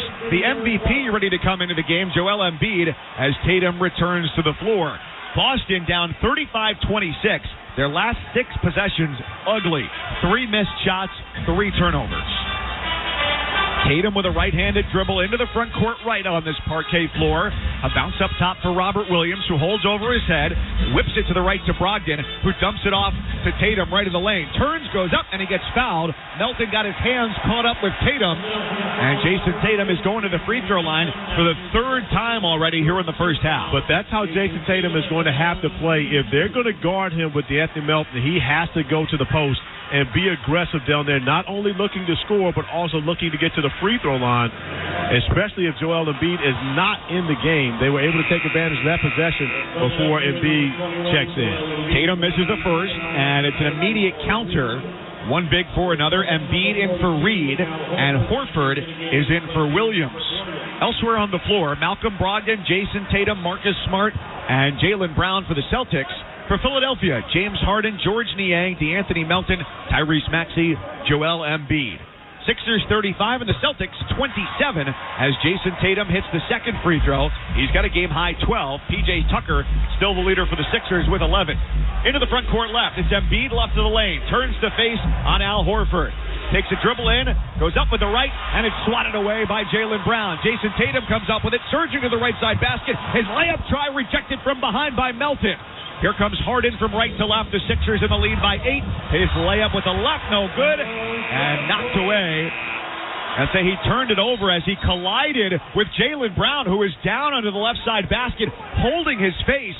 That is not good news, because you remember February 8th against Philadelphia was when he injured his face. That was a collision with his own teammate, Jason Tatum, and he wore the mask in the first quarter. He took it off here in the second. He is still laying in front of the bright green basket stanchion at the left side. 8:26 to go here, second quarter. The Sixers lead the Celtics by 8 in Game 7. And Marcus Smart needing to be calmed down right now. He took exception to whatever happened on that possession. It seems as though he and George Niang are having some conversation. And it was James Harden with the elbow that elbowed Jaylen Brown directly in his face. No call on that one, but the officials over checking now to see if that was a hostile act and if it will be upgraded to a flagrant foul on James Harden. I believe that's what Scott Foster, Eric Lewis, looking at the monitor, will come away with after they look at this replay.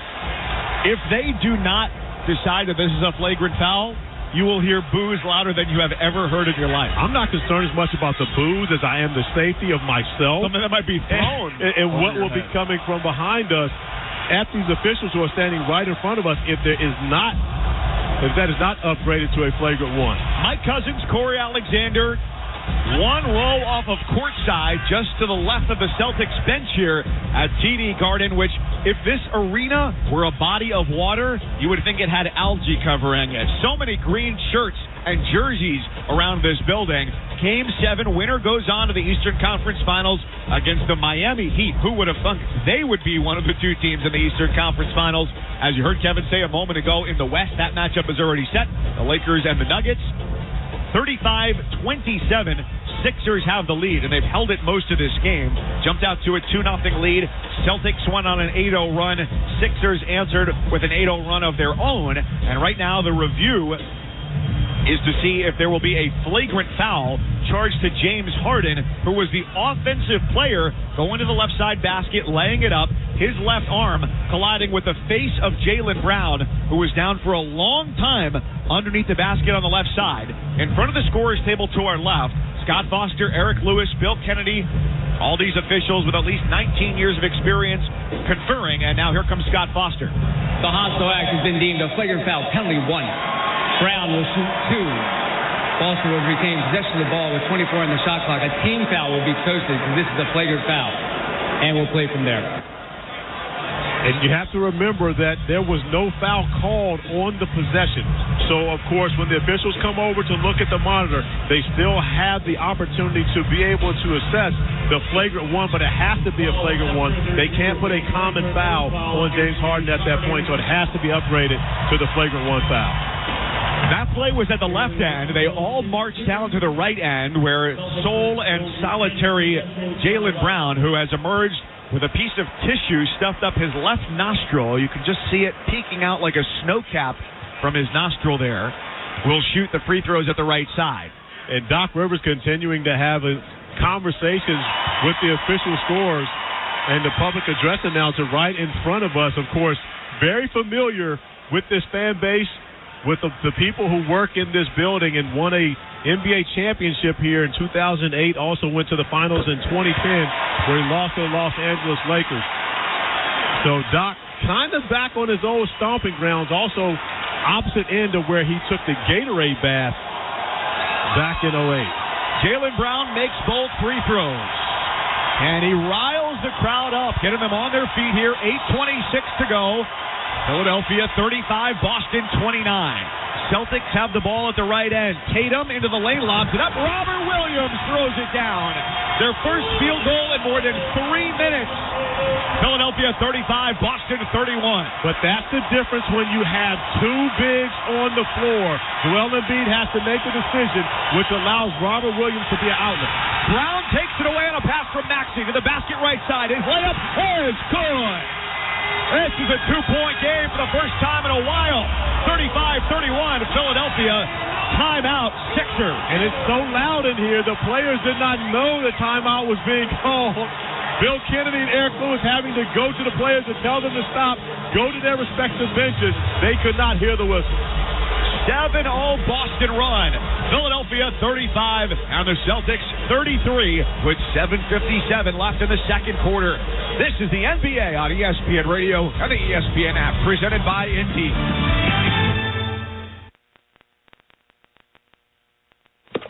To my newborn baby boy, the day you arrived was one of the happiest days of my life. Right up there with the day I bought my RV from that guy on the internet and insured it with Progressive. What a deal. Just know, son, I'll always be here for you. And by here, I mean in the middle of absolutely nowhere. In my RV. Protect your baby with an RV policy from Progressive. Take as little as 4 minutes to see what you could save at Progressive.com. Progressive Casualty Insurance Company and Affiliates. Carrie, is this schedule the most updated? There's a wedding season rush at Dr. Iona's dental practice. We're fully booked this week. We can try and squeeze you in next Tuesday. She needs a dental hygienist to unveil fresh smiles. How long has 3 been under the UV light? Indeed can help her hire great people fast. I need Indeed. Indeed, you do. We instantly connect you with quality candidates whose resumes on Indeed match your job description. Visit Indeed.com/credit and get $75 towards your first sponsored job. Terms and conditions apply. I switched to Boost Mobile and got a free Samsung Galaxy A23 5G phone. Want to know the best part? It was free? Nope. The fact that it's on America's largest 5G networks? Nope. It's the ding. Oh, yeah. Love the ding. Right? It's all about the ding. It's the dingarooski, the dingaroner, the ring-a-ding-ding. Unleash your power to save with Boost. Get a free Samsung Galaxy A23 5G phone when you switch. Boost Mobile. Unleash your power. And the ding. Limited time offer. New customers only. Available on select networks. 5G not available everywhere. One device per line. Tax excluded. Additional restrictions apply. See your local Boost Mobile store for details. You hearing this? It sounds like this is playoff basketball. Time to tap into playoff mode. That non-stop, claw your way to the top, give it all you got type of thing. From inside the paint to outside the arena. Where did this come from? Everybody's got to get in playoff mode and stay in playoff mode. Unbelievable. Every single round. The NBA playoffs presented by Google Pixel continue on ABC, ESPN, and TNT.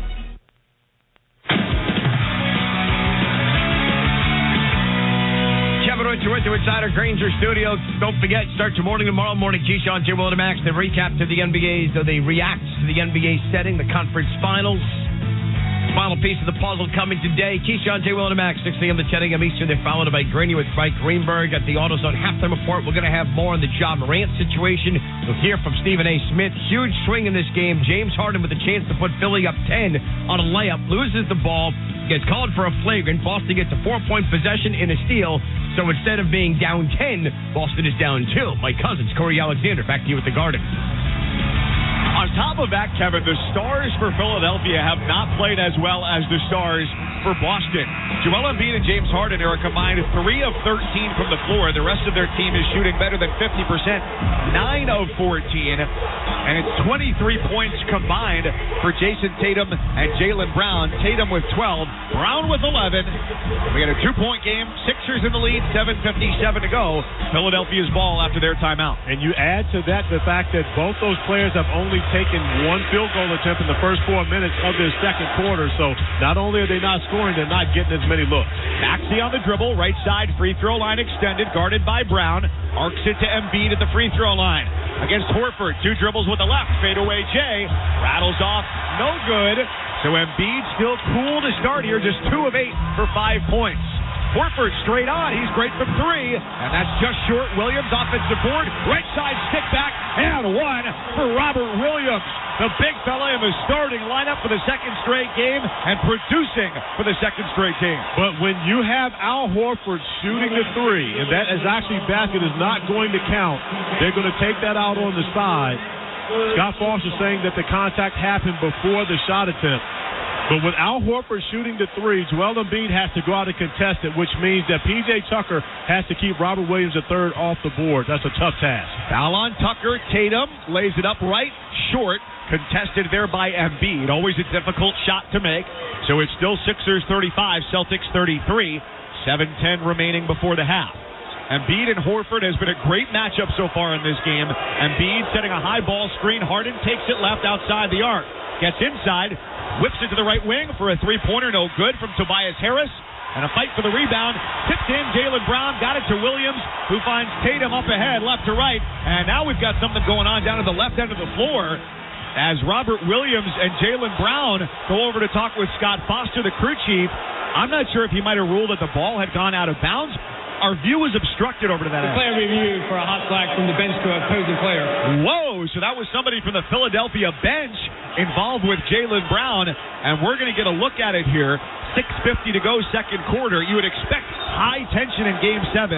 Sixers lead 35-33. Scott Foster, the crew chief, putting on the headset, and we're going to get a look at this after the missed shot. Jaylen Brown goes to track it down, and at the bench, it didn't appear immediately that anybody did anything physically. This was definitely a verbal altercation. No. I believe he was actually grabbed. It looks as though he may have been grabbed trying to get out of the bench area. After he goes in, you look and you see a hand on Jaylen Brown. It looks like it maybe George Niang reaches out to grab his shorts to slow him down from getting back down the floor. And I believe that, yes, he grabs his knee. I see that. George Niang grabs his knee, so we got another angle to look at it. And, of course, that is a no-no in the game of basketball, absolutely, especially when you consider the fact if you're going into the enemy territory on that bench, they cannot obstruct you in any way whatsoever to keep you out of play. I'm not sure what the penalty would be, most likely a technical foul on George Niang on this one, but if Niang he possibly could be ejected from this game because of that. To play devil's advocate here, a generous interpretation of this might say, we're watching it slow down maybe a quarter speed. Niang and his teammates are reaching out. They want to make sure that nobody gets hurt there. No. I would like to go with that one, but we also have to mention that Jaylen Brown was assessed a technical foul on this play. And so Scott Foster going over, that most likely will be rescinded once they recognize why he was standing there talking to the bench on the other end. Most likely they will take away the technical foul and the discipline will go to the Philadelphia 76ers bench. But George Niang intentionally reached out to try to slow him down. Scott Foster is approaching the microphone to make the call, clear this up. Foul flag has been deemed a technical foul on George Niang for grabbing the leg of Brown by the bench. In addition, Brown then taunted the bench unnecessarily and was given a technical foul. Double technical foul. It would be a ball on the side. Boston ball. You get a technical and you get a technical. I don't agree with that because at the end of the day, if Jaylen Brown turns to say something to someone who grabbed his leg as he's trying to run back down the court, I can't imagine why he would get a technical foul for that. Bench decorum has been such a point of emphasis for the NBA this season. You cannot allow things like that to happen with very little discipline. I believe Scott Foster and the crew missed that opportunity as well. So 6:50 to go here in the second. We are back to status quo ante as they just inbound in the front court right for Boston. It's Brown between the circles. Chest pass left for Tatum off a Williams screen to the free throw line. Shovels left. Williams layup good. Beautiful pick and roll game there from Williams, and we are tied at 35. But what you're seeing is Robert Williams III is the one guy for the Celtics that can consistently finish over the top of Embiid. Philadelphia, 5 straight misses. Their last field goal was 3.5 minutes ago. Embiid backing his way down with a right-hand dribble. Sends it out to the right angle for Harden on the drive. Past Tatum, floater to the basket, and it's good as it rolls around the rim over the outstretched arm of Robert Williams. 37-35 Philly. Horford, right corner three. He got it. Al Horford had only shot 26% from deep in this series, and he gives the Celtics the lead. 38-37 with 6 minutes to go, second quarter. The vocal and spiritual leader of the Celtics making big plays here in Game 7. Harden drives left to the right corner. Tucker to the right angle. Maxey up top. Embiid floats a three. Too much on it. Harden offensive rebound. 14 on the shot clock for the Sixers, down 38-37. Harden swings it right wing. Maxey, he surges to the basket. Floating try is good. He hits the deck. The basket drops through the cylinder. Philadelphia 39, Boston 38. 5.5 to go before the break. It's Brown up top. He was open. Tucker closed out. Brown blows by. Celtics get it to Tatum in the near side corner, guarded by Harris. Lefty dribble to the basket, and he puts it up with the left. Southpaw score. Jason Tatum, 40-39 Boston. But you see Embiid having to rotate late. Now with Horford making threes, he has to be mindful of where he is on the court. Harden twisting his way into the defense, had it poked away by Williams. Jaylen Brown left to right across midcourt. Hesitation dribble at the free throw line. Gives it back to Williams. Down the lane. He passes out left wing Tatum. Surveys his options, guarded by Harris, who wants to push him toward the baseline to Tatum's left. 8 to shoot. Tatum dribbles right, spins left at the block, lays it in, and the Celtics go up 42-39. Amazing the difference that 3 days make. 3 nights ago, Jason Tatum was missing those easy layups that he's made all season long that's allowed him to average 30 points per game. He's been on fire here tonight at home. Already more than halfway there. Tatum with a game-high 16. Celtics by 3. Embiid in the left block, working in on Horford, turns, shoots, scores. He can get that look most any time down the floor. Hits it there, 42-41 Boston. Horford to the right wing, a bounce to Williams at the top of the key. He dribbles left, running try, no good. Long rebound to the near side corner. A dive for it, it's out of bounds. And Philadelphia ball with 4:03 to go in the second quarter. Celtics lead by 1, 42-41. But how about second team All-NBA, All-Star, Jaylen Brown diving on the floor. We've seen him diving on the floor multiple times throughout this game, going after loose balls. Respect to him for getting on the floor, recognizing how important this Game 7 is. He's not thinking about the future. He's just playing mask off here in game number 7. 3:55 to go. Embiid in the lane, running try across the lane with the right, no. Smart the rebound, swings it ahead to Brown to the basket right side. He lays it up underhand and in. Jaylen Brown now has 13, and Boston leads by 3, 44-41, as Brown flexes, getting back on defense at midcourt. Maxey hoists a deep right wing 3. A crowd silencer falls. 44 all. Tyrese Maxey now has 10. Tyrese Maxey's had great games in this building throughout this series, and he's getting hot right now. Brown backing his way in on Maxey, right side of the lane. Embiid comes over to double. Shovel to Williams in front of the basket. Blocked away by Embiid. Tobias Harris corrals, pushes right to left against Horford. Into the lane and scores. He lowered the shoulder like a running back between the tackles and pushed Al Horford out of the way. The 76ers are up to the challenge. They have responded to the runs of the Boston Celtics. Even though they're the road team, they're playing with tremendous confidence. 46-44 Philly. Smart arcs the right wing 3. Off the back iron, no good. So 3 wins, 3 losses. Each of these teams has 2 wins on their opponent's home floor in this series. Home court be darned.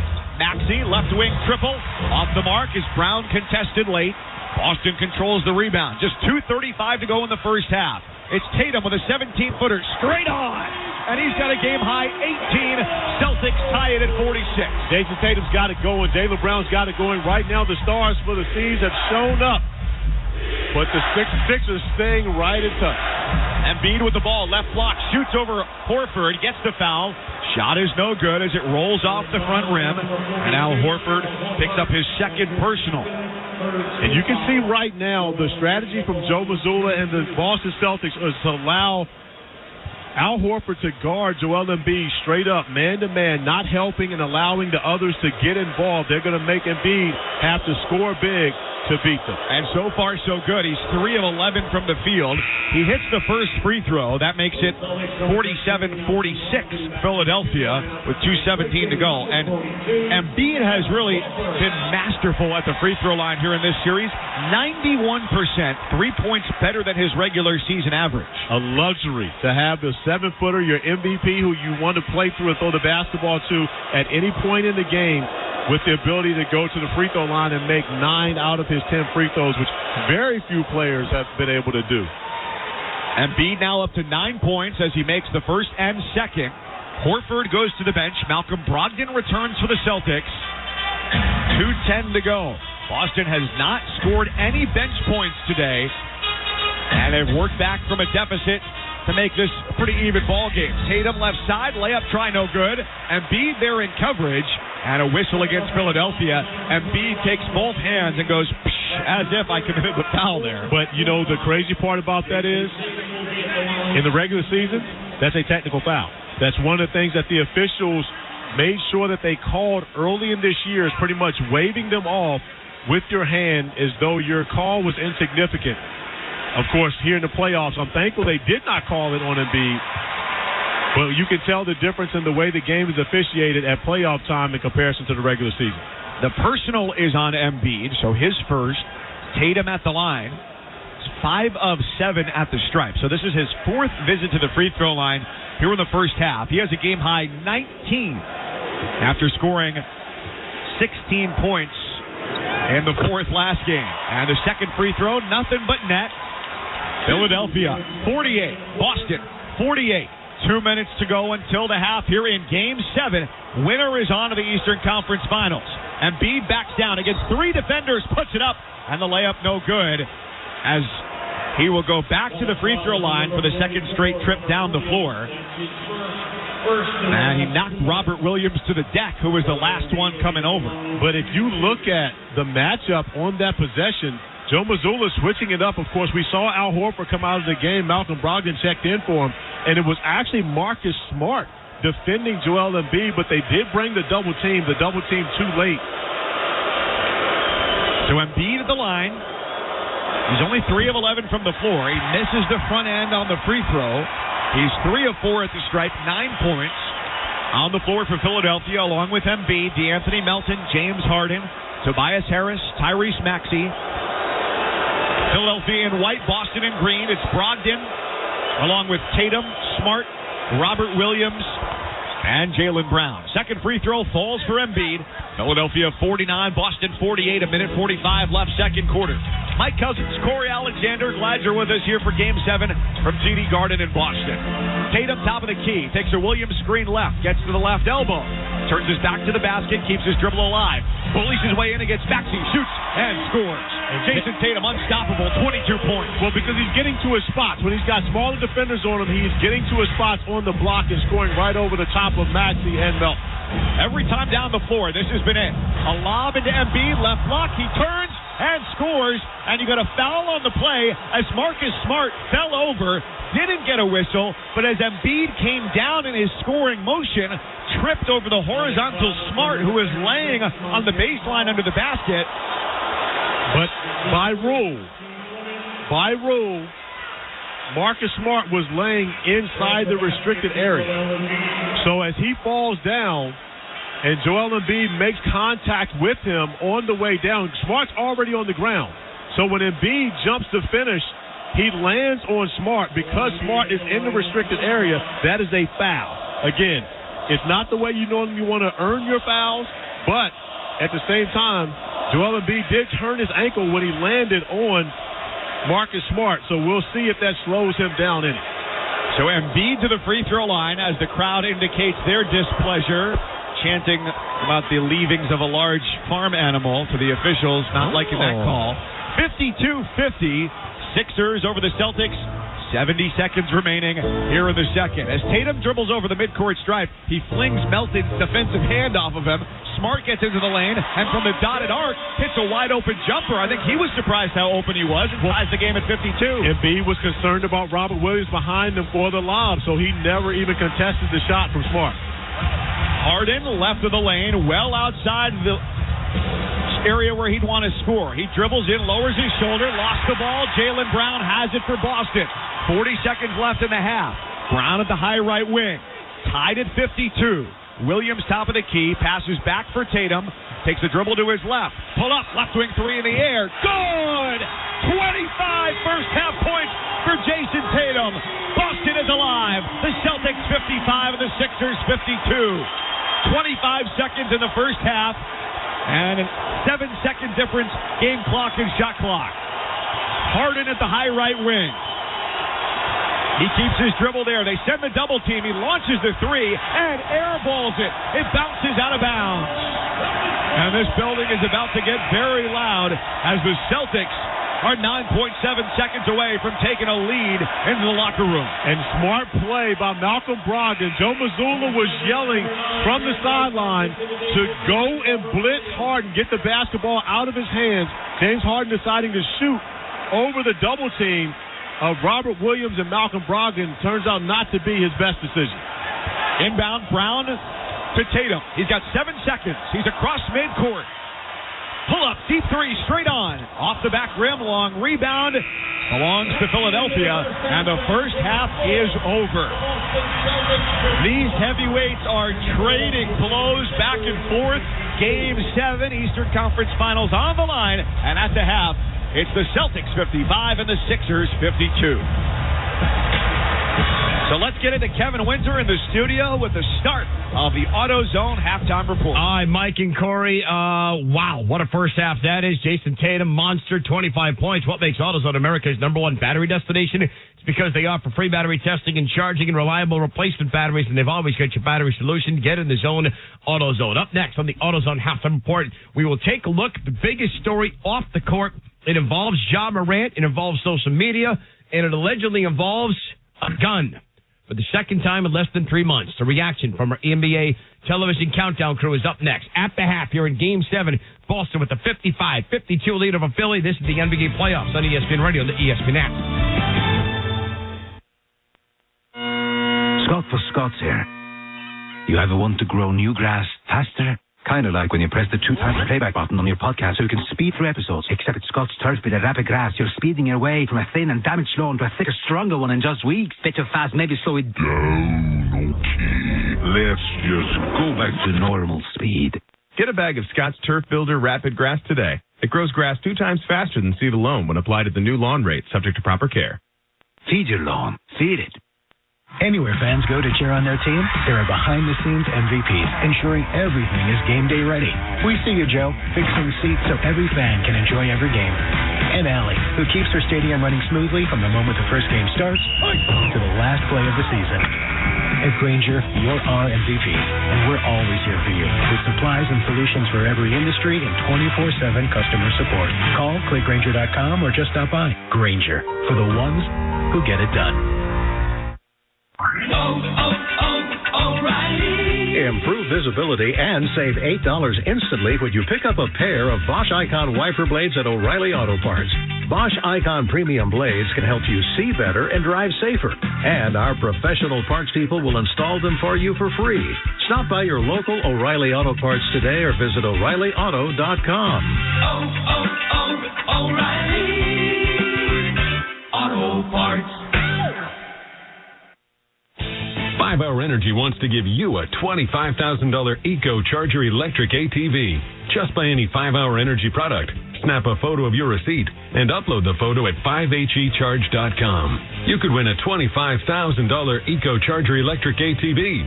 Sweepstakes ends June 30th. No purchase necessary to enter. For rules and how to enter without purchase, go to 5hecharge.com. Charge up your summer with 5-Hour Energy. Enter today.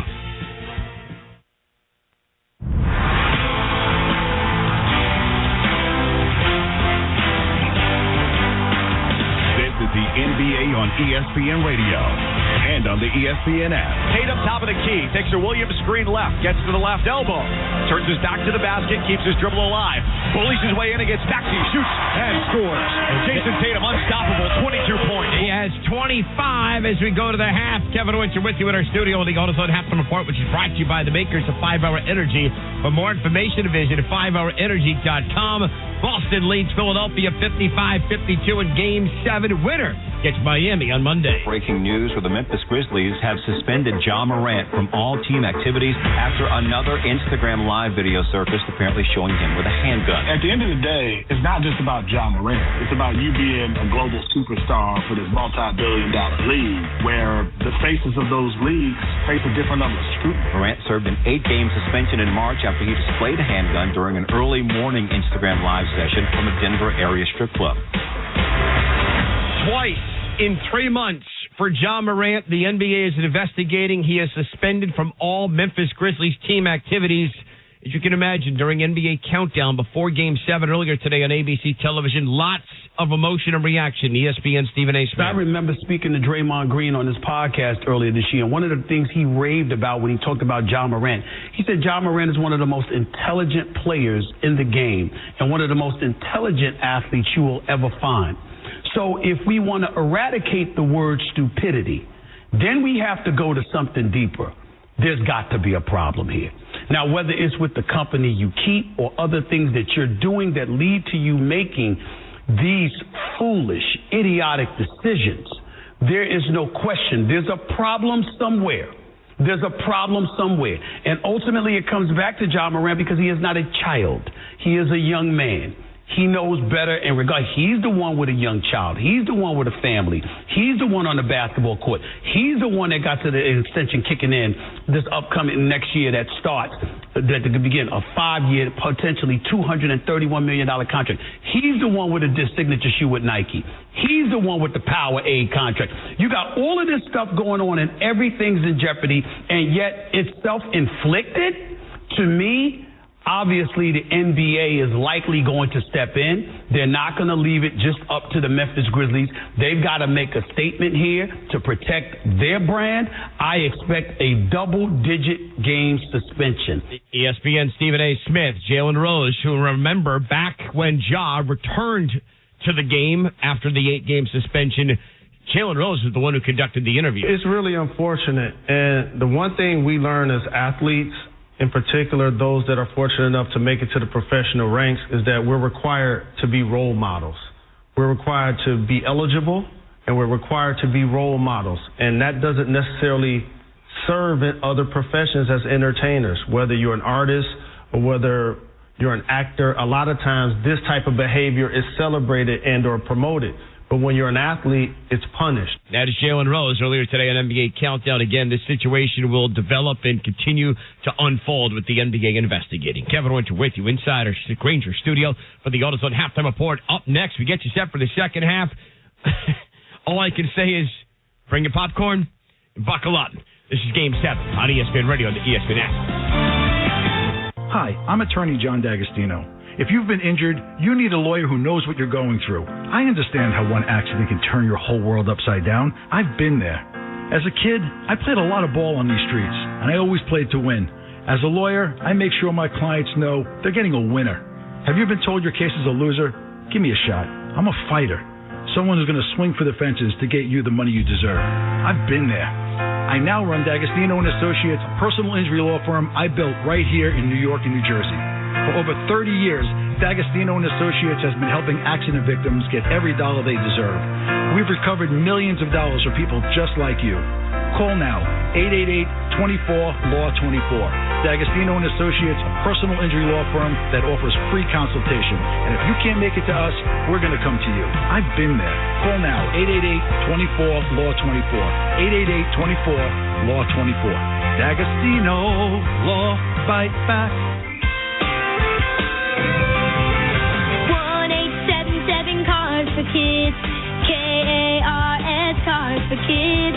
1-877-CARS for kids. Donate your car today. 1-877-CARS for kids. KARS, Cars for kids.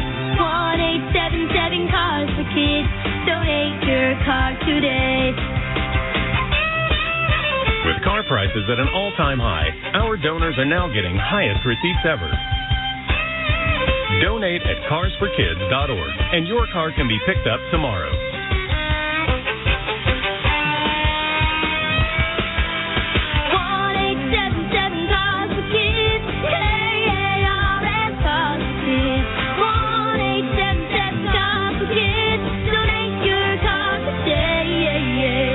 Accepting donations of land, homes, buildings, or any kind of real estate. When you support City Harvest, you do more than just provide hundreds of millions of pounds of food to millions of hungry New Yorkers. You feed hope for a kid up in Parkchester. You feed confidence for a first-in-her-family Queens College freshman. You feed community for folks in Canarsie Park. You feed compassion for retired Staten Island nurses who continue to serve. You feed strength for office workers in Manhattan. When you support City Harvest, you feed good.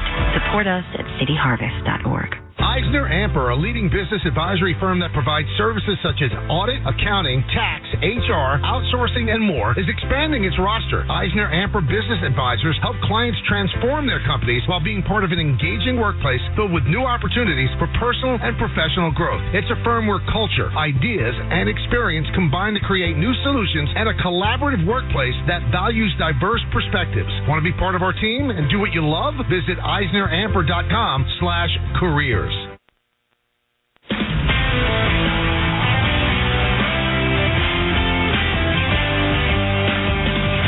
To the NBA on ESPN Radio and on the ESPN app. Kevin Winter with you inside our Granger studio in the AutoZone Halftime Report. Passes back for Tatum. Takes a dribble to his left. Pull up. Left wing three in the air. Good! 25 first half points for Jason Tatum. Boston is alive. The Celtics 55 and the Sixers 52. That is where we stand. Our first half recap brought to you by the makers of 5-Hour Energy. For more information, visit 5hourenergy.com. 24 minutes to find out who gets Miami in the Eastern Conference Finals. This is Game 7 on ESPN Radio and on the ESPN app. Scott for Scott's here. You ever want to grow new grass faster? Kind of like when you press the 2 times playback button on your podcast so you can speed through episodes. Except at Scott's Turf with a rapid grass, you're speeding your way from a thin and damaged lawn to a thicker, stronger one in just weeks. Bit too fast, maybe slow it down. Okay, let's just go back to normal speed. Get a bag of Scott's Turf Builder Rapid Grass today. It grows grass 2 times faster than seed alone when applied at the new lawn rate, subject to proper care. Feed your lawn. Feed it. NFL tickets are here. Score great deals on great seats from our friends at Vivid Seats, the official ticketing partner of ESPN. Every tackle, every pass, every heart-pounding play. Experience it all live and in person. From the first down to the final whistle, Vivid Seats has a huge selection of tickets for the upcoming season, and they're the only ticket company that rewards you for purchasing. For the best selection of 2023 tickets, shop now. Just visit vividseats.com or download the app today. Vivid Seats. Experience it live. Get in the zone, AutoZone. Welcome to AutoZone. What are you working on today? Thinking about gas mileage. You know, changing your oil with a full synthetic oil like Valvoline Advanced can help your engine get more miles. Right now, buy a 5-quart jug and get a free STP Extended Life Oil Filter. That's right, free. Get started on your next job today with the parts you need, when you need them, at AutoZone or AutoZone.com. Get in the zone, AutoZone. Restrictions apply. Your morning coffee. Hot, delicious, and oh so comforting. But by the 3rd or 4th cup, your stomach might not feel so good. If that sounds like you, replace your afternoon cup with 5-Hour Energy. It's perfect for those times when you're feeling coffeeed out. Remember, coffee in the morning, 5-Hour Energy after. Your stomach will thank you. Discover 5-Hour Energy. For more information, visit 5hourenergy.com. Leroy 71's back up. What's your 20? Over. Olivia needs more drivers for her trucking company to go the extra mile. 3 more stops to make. She wants to hitch a team to drive business forward. Lots of double nickels on the 169. You know what I'm over? This driver shortage. Indeed can help her hire great people fast. I need Indeed. Indeed you do. We instantly connect you with quality candidates whose resumes on Indeed match your job description. Visit Indeed.com/credit and get $75 towards your first sponsored job. Terms and conditions apply. The NBA Finals. Hearts are racing, heads are pounding. No time to rest. No time to look away. It's unbelievable. Because in the finals, everything changes. Oh, it's good. Fate collides with destiny. Today's stars become tomorrow's inspirations. And 4 wins turn the end of a season into the start of a legacy. The NBA Finals begin June 1st on ABC.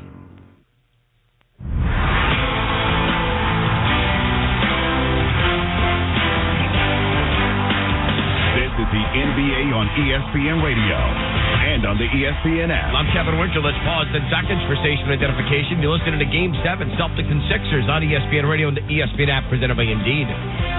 Do not drive off the road with this big news. DiPietro and Rothenberg. Morning 6 to 10. I'll give it to you whenever you want it. WEPN FM, New York. That'll do it for us on the AutoZone Halftime Report as we go inside the numbers. Brought to you by FanDuel Sportsbook, an official sports betting partner of the NBA. 25 for Tatum in the first half, the second most in a half scored in a Game 7 by a Celtic player over the last 25 years. The only other player who did it better, Paul Pierce, back in 2008 in round 2 against the Cavaliers.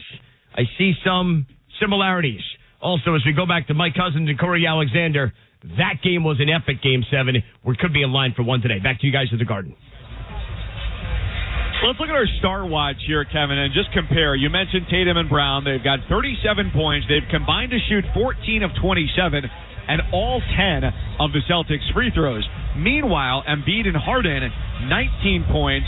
They have combined to make 6 field goals and turn it over 5 times.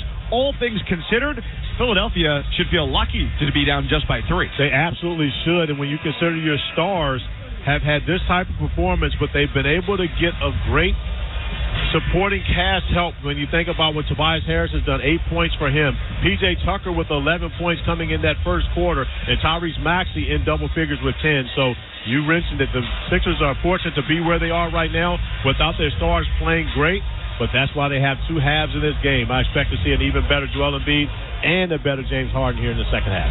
The pre-third quarter preparations are underway. Just to give you a picture of where we are, the row behind the scorer's table, all the officials, they wear the blue pullover warm-up, and they all just came over. Scott Foster, though, the crew chief, he looks like a guy with 29 years of experience. He neatly folded that like it was going back on the shelf inside the store. He was trying to get himself back together after the conversation he just had with Jaylen Brown. Jaylen Brown was still upset about the fact that he got a technical foul for being grabbed on the sideline. And so Scott Foster getting his cheek corrected while he was making sure that he folded up his jacket. Philadelphia will have the ball to open the third quarter in white. Villa across the front with the number underneath that. Boston in green. Boston written across the front in white. Numbers in white. And a little shamrock right on the belt of the shorts. Front court right as the crowd finds their seats here inside TD Garden. Sixers down by 3, 55-52. Here's Embiid from the left side of the lane. Whips it to the near side corner. Tobias Harris splashes in a 3, and we are tied 55 all. A nice start for Philadelphia coming out of the locker room. Confident look from Tobias Harris right there off of a nice find from Joel Embiid. Celtic to the left end. Robert Williams left block. A one-hand pass up top for Brown. He chest passes to the far corner. Horford guarded closely by Harris. Bounce feed to Smart just underneath the right elbow. 5 to shoot. Turnaround jumper for Smart. High archer goes as he hits the deck and pumps his right fist. Celtics up 2. Both of those guys at one point were the best players in the state of Texas going at it on the block here, trying to get to the Eastern Conference Finals. Joel Embiid left of the lane, backing his way in on Horford one-on-one. Double team comes. Cross-court pass. And they whistle Embiid for an offensive foul. And that's going to be 3 on Embiid. But I'm trying to figure out what it was that he did. Second on Embiid. Trying to figure out how he got offensive foul making a pass. Must have been some type of push-off there as he battled against Horford one-on-one. That has been down the floor for Philadelphia almost every possession, dumping it down to Embiid against Horford and seeing what happens from there. 7 to shoot. Jaylen Brown, 17-foot pull-up right of the lane, no good. Off the back rim, and Embiid secures the Philadelphia rebound. Here comes Harden across midcourt to 6 first-half points for James Harden, who has scored huge 45 in Game 1 of this series. Embiid at the left elbow, shot fakes, holds the ball at his left hip, rips it through to a right-hand dribble. He goes up, swiped away by Horford, and a kick ball is called against Philadelphia. Boston gets control, up by 2. You're going to give Horford the credit for Marcus Smart's work. I can appreciate that, but however, Horford did a great job. Oh, actually, both of them got to handle that basketball. Okay, so we both were correct. I'll give you partial credit on that one. He's Corey Alexander, the former NBA guard, Mike Cousins. He's also never wrong. No, I was wrong once. A long time ago. 10 minutes to go here, third quarter. Boston leads Philadelphia by 2, Game 7. Eastern Conference semis, winner to take on Miami. Tatum from the right lane, drives and scores with the left hand all the way across the defense to put Boston up 4. And when Jason Tatum sees Joel Embiid coming out to guard him on the perimeter, that is green means go. Get downhill. There's no one to affect him once he gets past Embiid at the rim. Maxey gave it to Harden, high left wing. Harden waved him off, puts it on the deck, goes to the basket, throws to the left corner. 3 up from Tucker, no good. He had a huge first half. Tucker with a Philadelphia high 11. So the Celtics control. 9:20 to go in the third, up 59-55. Tatum at the free throw line against Embiid. Dribbles to the near side corner. 10 on the shot clock. Tatum one-on-one. Step back, shoots over Embiid. And scores! 28. Now 30 points for Jason Tatum.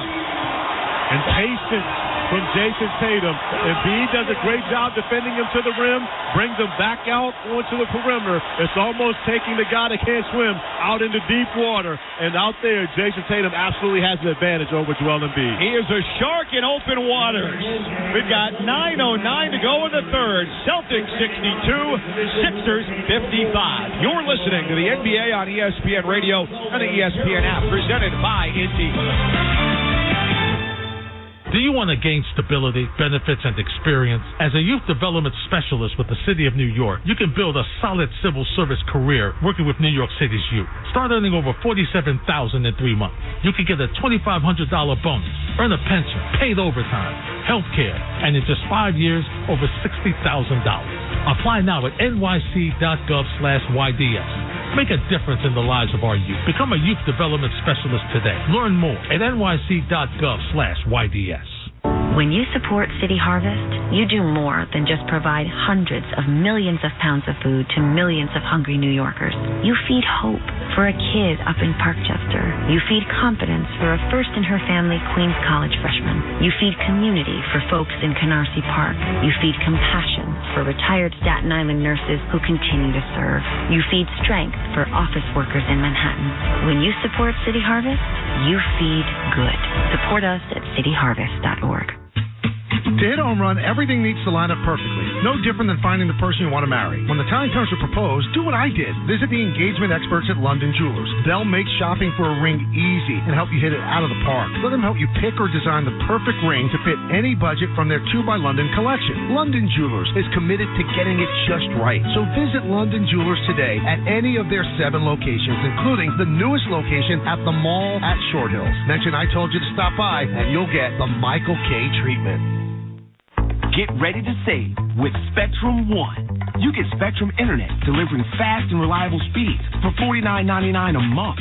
Free advanced Wi-Fi for enhanced privacy and security. And a free Spectrum mobile line with unlimited talk, text, and data, plus nationwide 5G.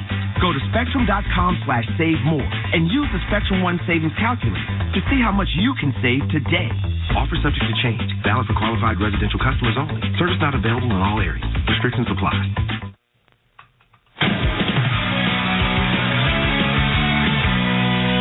With you inside our Granger studio. Game 1 of the Western Conference Finals comes your way Tuesday night, ESPN Radio, Denver Lakers, and it will start with coverage of the NBA's draft lottery, 8 p.m. Eastern. On Wednesday, we begin our coverage of the Eastern Conference Finals. Someone plays host to the Miami Heat in game number 1. Meanwhile, I'm humbly one of the best basketball players in the world. That was after a disastrous 40 minutes or 44 minutes in game 6, and then rescuing the Celtics. And today, Jason Tatum is backing that up. 11 of 18. He's got 30. Boston's lead is 7. Mike and Corey, back to you. Okay, Corey, can you humbly say you're one of the best basketball players on earth? That sounds like a pretty braggadocious statement. I can't say it today, but at one point I probably would have said it. But if I'm Jason Tatum, I'm absolutely saying it because it's the truth. And not everyone can handle the truth, but the reality behind it is he is one of the best basketball players on earth. But he said humbly in front. Oh, that makes it all better. Hey, agreed.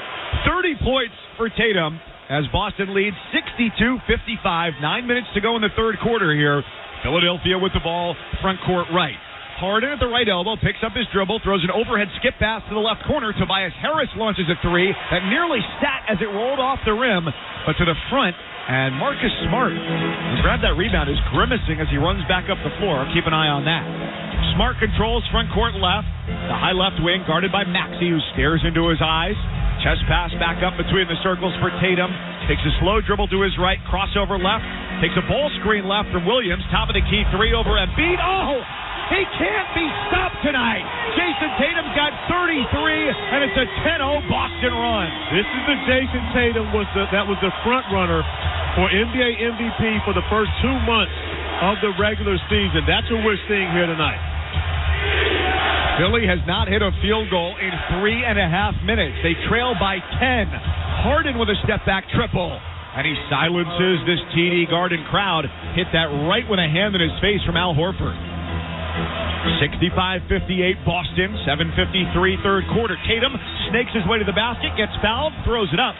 Shot is no good as it arced its way from right to left over the basket. But another Philadelphia foul stops the clock here. 7:50 to go in the third, and Tatum at the free throw line with 33 points.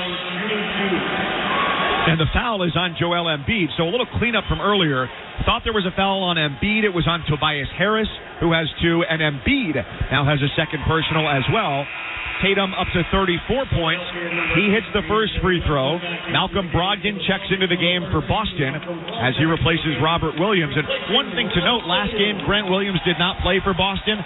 Same here today, just a 7-man rotation with 2 off the bench for Joe Mazzulla. But when you think about the matchups in this one, and of course how effective Robert Williams has been getting those minutes alongside Al Horford, and to spell Al Horford, the pressure he puts on the Philly defense as a lob threat makes him much more suitable for this series. Grant Williams will be back if the Celtics are able to advance. Boston 67, Philadelphia 58. Harden left of the lane, tosses to the corner to his left for Maxey, who takes the dribble to the high left wing. He's got Tatum on him, 5 to shoot, ball poked away. Embiid near midcourt with 2 to shoot. I don't know if he sees the clock. He throws it up, and it's an air ball in the hands of Jaylen Brown. Shot clock violation, a possession pristinely defended by Boston. And the second shot clock violation of the game. Each team now has one, and it's happened on the same end of the floor. So it's been a defensive battle, not the high-scoring affair that you may expect, but when you're talking about Game 7, both teams locked in defensively. Let's go Celtics, reverberating off the ceiling down to the parquet floor here at TD Garden. 67-58, Boston in the lead. Jaylen Brown, free throw line jumper, no good. Great contest there from Maxey. Harden secures the miss for Philadelphia as they trail by 9. 7 minutes to go in the third. Left wing Embiid on the dribble, gives to the corner. Harris puts up a 3, off the back iron. Horford leaps for a left-handed rebound, immediately gives it up to Tatum. 35 and counting for Tatum. From the top of the key, he gives to Horford in the paint, kick out Jaylen Brown, right wing 3. He got it.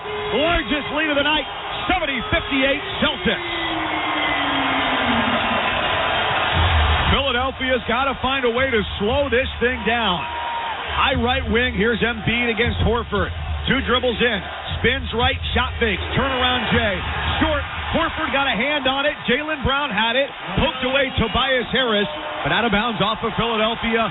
Boston's got the ball and 19,000 behind them. And what you have to remember is Al Horford played alongside Joel Embiid for a season.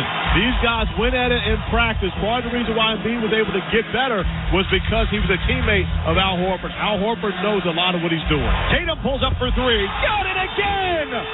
38 points for Jason Tatum. He stands at midcourt, waving his right hand up and down, getting the crowd to their feet as well. Boston 73, Philadelphia 58. Timeout Sixers. Enjoy the show, people.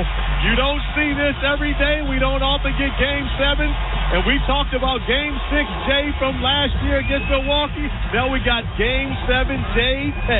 Celtics 73, Sixers 58. 6:14 to go in the third quarter. This is the NBA on ESPN Radio and the ESPN app, presented by Indeed.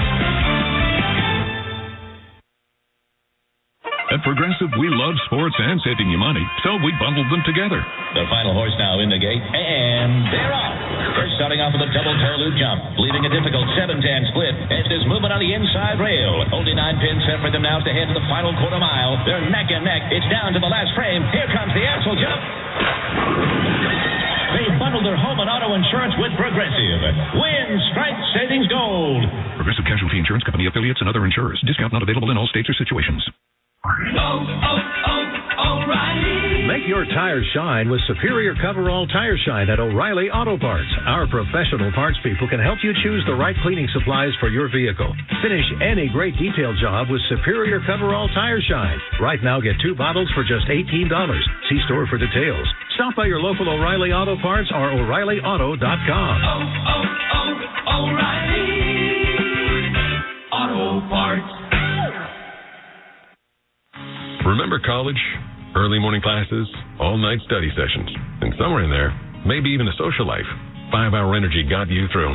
Now, you've got responsibilities, work, bills, a family. 5-Hour Energy is still here with the same alert, energized feeling you relied on back then.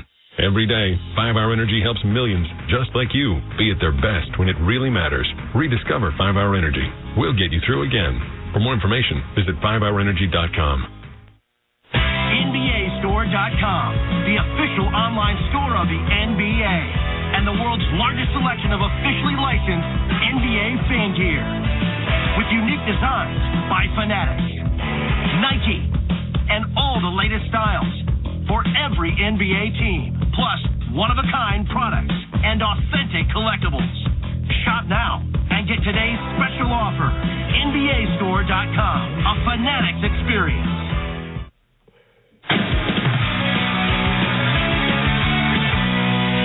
With you inside our Granger studio. It is happening for Boston in this third quarter. An 18-6 start, as my cousins alluded to. Jason Tatum cannot be stopped. 38 points today, That is 1 point behind Larry Bird for third place for the most in Celtic history in a Game 7. I mentioned coming out of halftime, Paul Pierce in the legendary duel with LeBron and the Cavs in 08, but Pierce scored 41. The Celtic Game 7 record is Sam Jones with 47 in 1963. My cousin's Corey Alexander. Tatum's got 38. And we've got a lot of time left. Back to you. 18 minutes and 14 seconds in regulation to be precise. That's 6:14 to go here in the third. Today is the 147th Game 7 in the 77-year history of the NBA. I don't know how many have been louder than this one, but this might be right up there. But it's our first one, which means it's the best one right now. That has been that thus far. Sixers get it in and immediately turn it over. They went about 90 feet from left to right down the floor. Harden got into the paint, coughed it up. Not an ideal way to come out of a timeout that they call. Smart into the lane. Horford left wing triple. Off the back rim. Smart fighting for the rebound with Embiid. And not surprisingly, it's the 7-foot MVP who wins that battle. But you don't ever fault Marcus Smart's effort. He's going to battle with anyone. Harden from the top of the key. Kicks right corner. Three is up. And off the back rim, no good from Melton. Melton and Maxey had a long conversation with assistant coach Sam Cassell sitting on the scorer's table here at midcourt as they were waiting to resume play. And Sam Cassell, of course, played in a number of Game 7s, including his time with the Boston Celtics here on this floor, so he knows all about these matchups. Tatum had the matchup he wanted, one-on-one. He gets it to Brown, top of the key three. Good! They sent the double team over to Jason Tatum. He kicked it away after being guarded by Embiid, and this time Jaylen Brown makes Philadelphia pay. He's got 19. You remember a time when they were talking about breaking these two guys up? Well, I shouldn't say they, because the Celtics never talk about it. Harden is fouled on the floor, trying to navigate his way to the basket. This was a 3-point game 7 minutes ago, and it's now the Celtics by 18, 76-58. But the Boston Celtics have been one of the best three-point shooting teams all season long. It's the way they got off to such a hot start this year. They had the best record in the NBA for at least the first 41 games of the regular season, and now they're reverting back to that, especially with this big lineup on the floor, which has actually created even better spacing, especially it helps when Al Horford's knocking down threes. Horford guarding Embiid off the inbound. Dribble handoff Harden at the free throw line. He shovels left to no one. It's out of bounds. And another Philadelphia turnover, their 11th. Last made field goal for the Sixers at the 8:02 mark.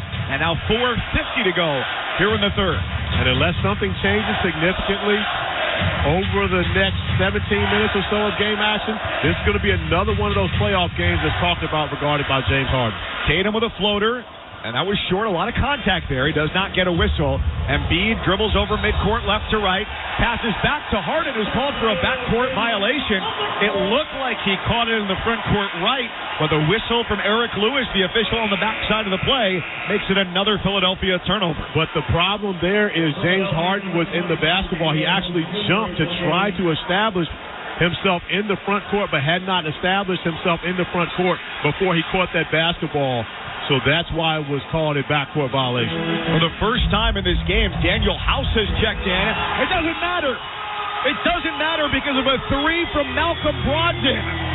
This game might be over with 4:30 to go in the third. Celtics 79, Sixers 58. Timeout Philly. But what you love the most about this Boston Celtics team, Jason Tatum has celebrated the last two Jaylen Brown threes. Jaylen Brown, Jason Tatum celebrating the Malcolm Brogdon three, and Marcus Smart running all over the building just to celebrate everything that's going on here for the Celtics. A 24-6 Boston run, doing everything they could not necessarily do on Thursday night in Game 6. 79-58. And still, Philadelphia is going on almost 4 minutes without a made basket. The Stars quiet in the first half and ice cold here in the third quarter. And we've also talked about the Boston Celtics and their commentary regarding redeeming themselves in front of their home crowd after their what they refer to as pathetic Game 5 performance where they could not make a shot in this building. They were booed by their home crowd. They were booed in this third quarter by their home crowd. So a complete turn of fortunes here for the Boston Celtics in Game 7. Jason Tatum is the story.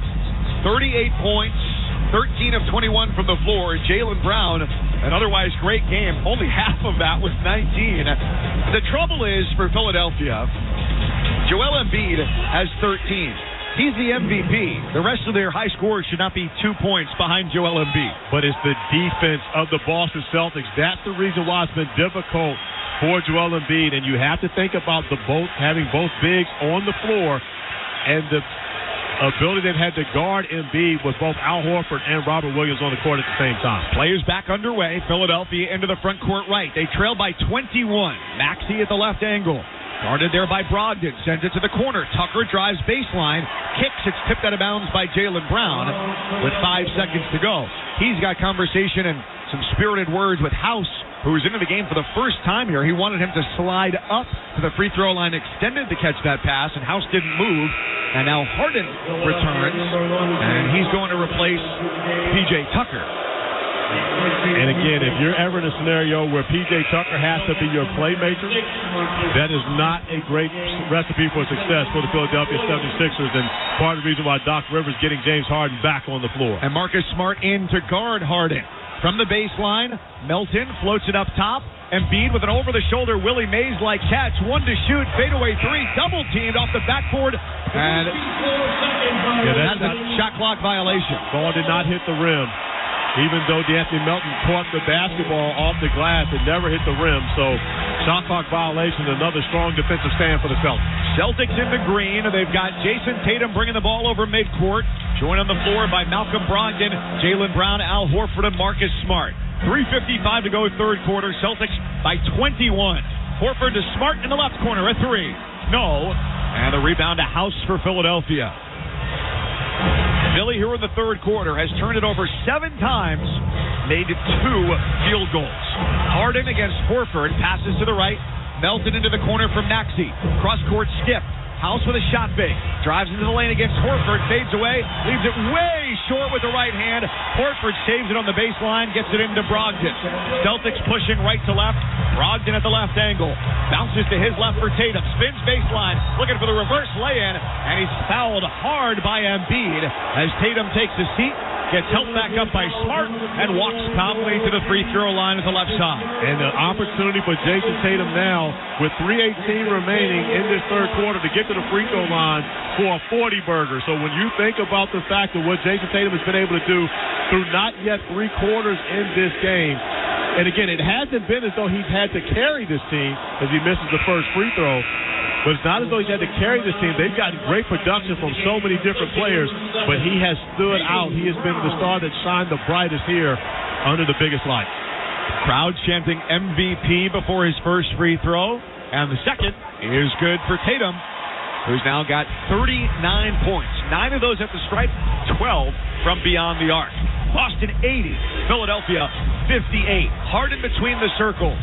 From the top of the key, stutter step dribble. Gets to the basket, kicks to the corner. House for 3, no. Long rebound, left side, Melton. Gives it back to House on the near side corner. Another 3. Missed again. Horford with the rebound. He starts the break from right to left without numbers. At the high right wing, he's looking under the basket. He bounces to White just into the game, into the corner. And a layup try under the basket, no good for Brogdon. Philadelphia in control. Harden left wing. In transition, a 3 is up. And no good from Melton. And a whistle on the rebound. And the foul goes against Boston with 2:39 to go. Corey, a question for you here. It's 80-58. James Harden getting to the basket. He's 2 or 3 feet away. Could try a floater. He kicks it out.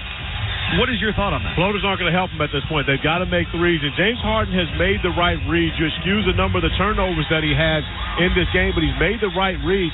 You think about D'Anthony Melton, P.J. Tucker, Tobias Harris, whomever it may be, Daniel House.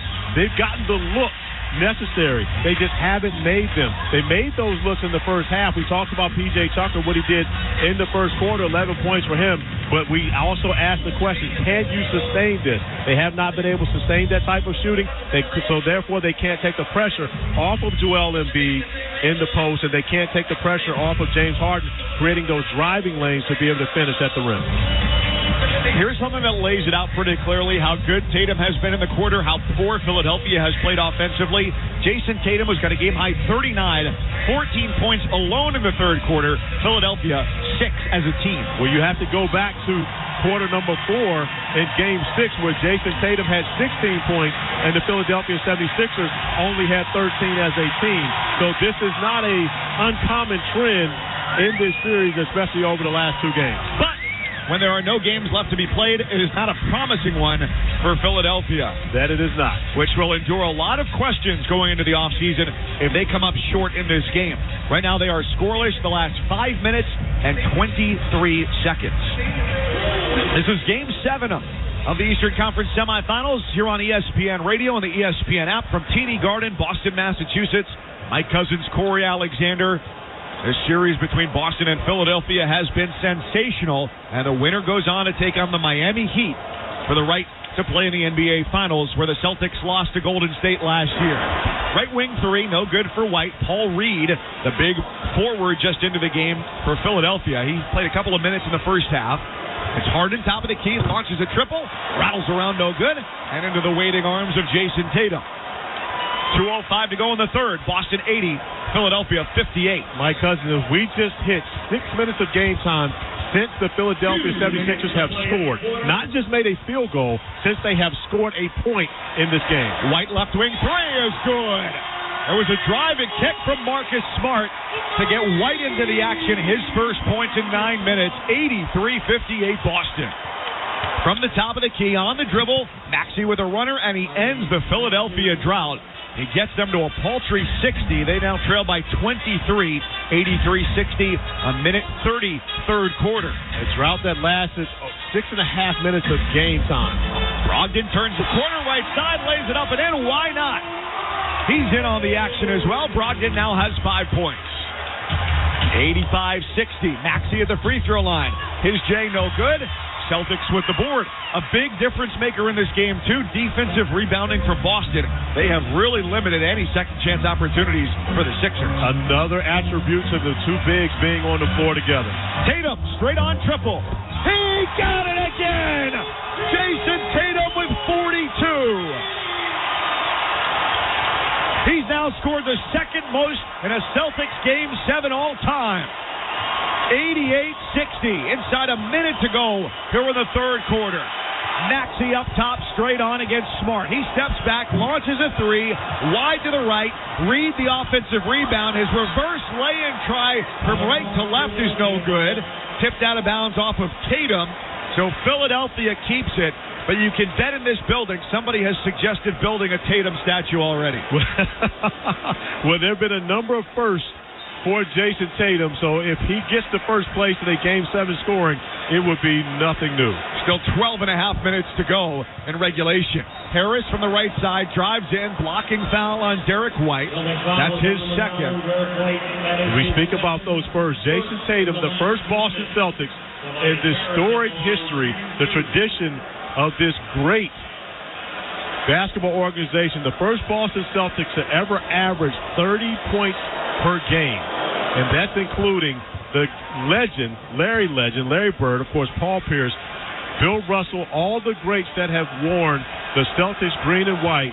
No one has ever averaged 30 points in a game until this season, where Jason Tatum was able to do it. Philadelphia's Tobias Harris makes both free throws. Boston 88, Philadelphia 62. Highest scoring average for the Celtics ever. Bird 29 a game all the way back in the 87-88 season, far before Jason Tatum was born. 19 seconds, third quarter. Celtics 88, Sixers 62. Tatum tries a left wing 3. That was contested. Shot is no good, just a bit long. 10 seconds to go in the third. Sixers into the front court right. Maxey straight on. Zings it left for Harden, who takes one dribble right, passes right Maxey. A drive into the lane, floating lefty try, no good. And that is how the third quarter ends. At halftime here in Boston, this was a 3-point game. It was 55-52 Boston. It's now 88-62 as the Celtics outscore Philadelphia 33-10 in the third quarter. Boston 88, Philadelphia 62 at the end of the third. This is the NBA on ESPN Radio and the ESPN app, presented by Indeed. NFL tickets are here. Score great deals on great seats from our friends at Vivid Seats, the official ticketing partner of ESPN. Every tackle, every pass, every heart-pounding play. Experience it all live and in person. From the first down to the final whistle, Vivid Seats has a huge selection of tickets for the upcoming season, and they're the only ticket company that rewards you for purchasing. For the best selection of 2023 tickets, shop now. Just visit vividseats.com or download the app today. Vivid Seats. Experience it live. Get in the zone, AutoZone. Welcome to AutoZone. Is your check engine light on? The free Fix Finder service reads your check engine, ABS, and maintenance lights. It even sends a detailed report directly to your email. When you need to get back on the road, AutoZone's free Fix Finder service is here. Get the most complete free warning light report backed by technician-verified fixes. Only at AutoZone. Get in the zone, AutoZone. See details at AutoZone.com. Great, it's yours. See you then. Nathan's Tiki-themed bar is swimming in end-of-year party booking. Where can I find that many servers? They want headlamps? And I'm going to need to find a band. He needs caterers to navigate the rising tide. No, Mario, not your cousin's cover band. Indeed can help him hire great people fast. I need Indeed. Indeed you do. We instantly connect you with quality candidates whose resumes on Indeed match your job description. Visit Indeed.com/credit and get $75 towards your first sponsored job. Terms and conditions apply. Bundling and saving with Geico is an easy choice, so you're free to ponder life's big questions, like what's the best animal in the world if not humans? I'd strongly consider ducks to be somewhere up there on the list. Think about it. Ducks can swim, ducks can fly, and ducks can walk on land. They have access to all terrains. They are the ultimate animal. And they wiggle their butts when they walk, which is funny. Yeah, ducks are awesome. End of story. Bundling and saving with Geico. It's an easy choice.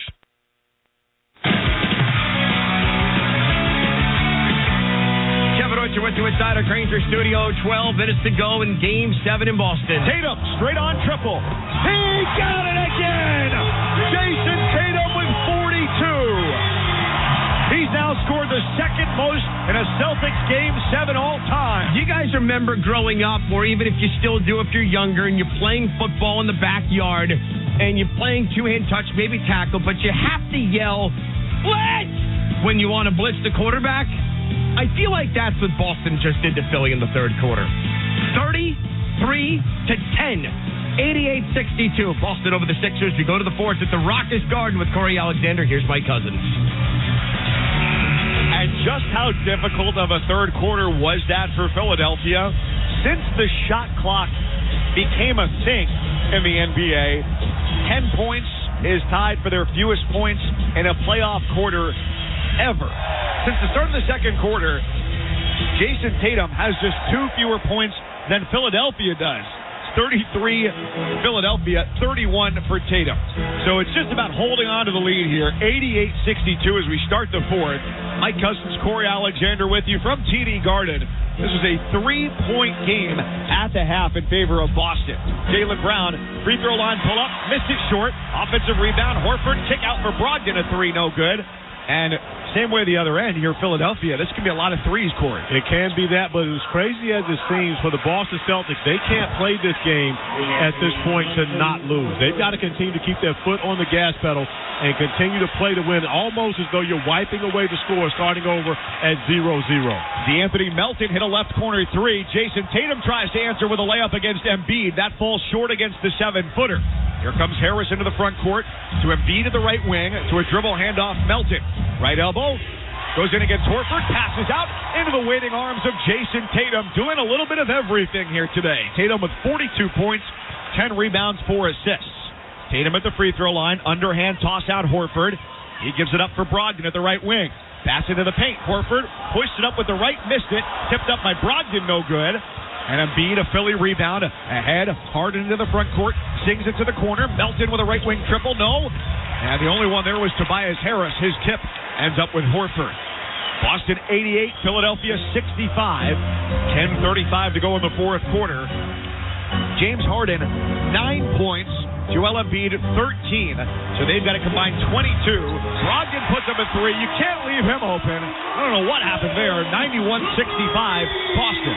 It was just a defensive breakdown. We've seen a lot of those here in the second half for the Philadelphia 76ers, who are being affected by their lack of offense. And, of course, for a coach, that's one of the most dangerous things that can happen. Harden gets to the basket, goes up with the left.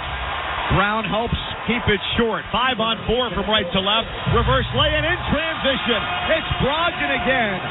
Simply put more effort into that than the Sixers did getting back down the floor, because James Harden jogged back up the floor. 5-on-4. Celtics find the open man.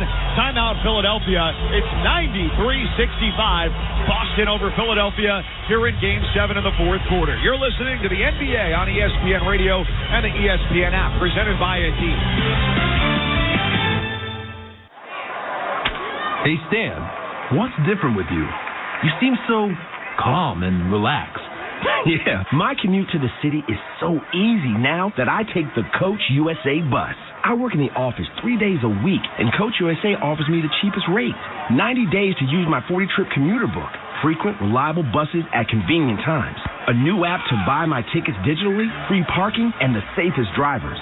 Not to mention, they are environmentally friendly. My life couldn't be easier, and I'm saving money. How do you think I afforded these box seats? Wow, my commute is costing me a fortune. With these gas prices through the roof, did you see the price per gallon today?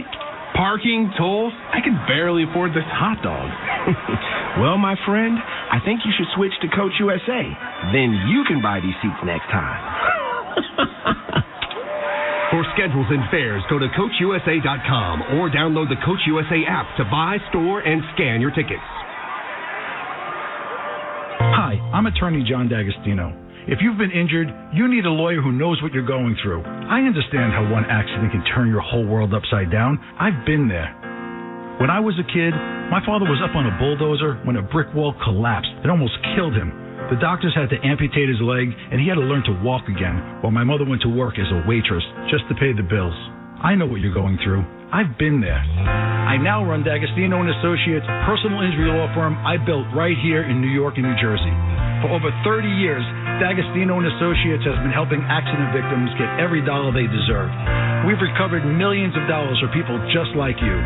Call now, 888-24-LAW-24. D'Agostino & Associates, personal injury law firm that offers free consultation. And if you can't make it to us, we're going to come to you. I've been there. Call now, 888-24-LAW-24. 888-24-LAW-24. D'Agostino Law Fight Back.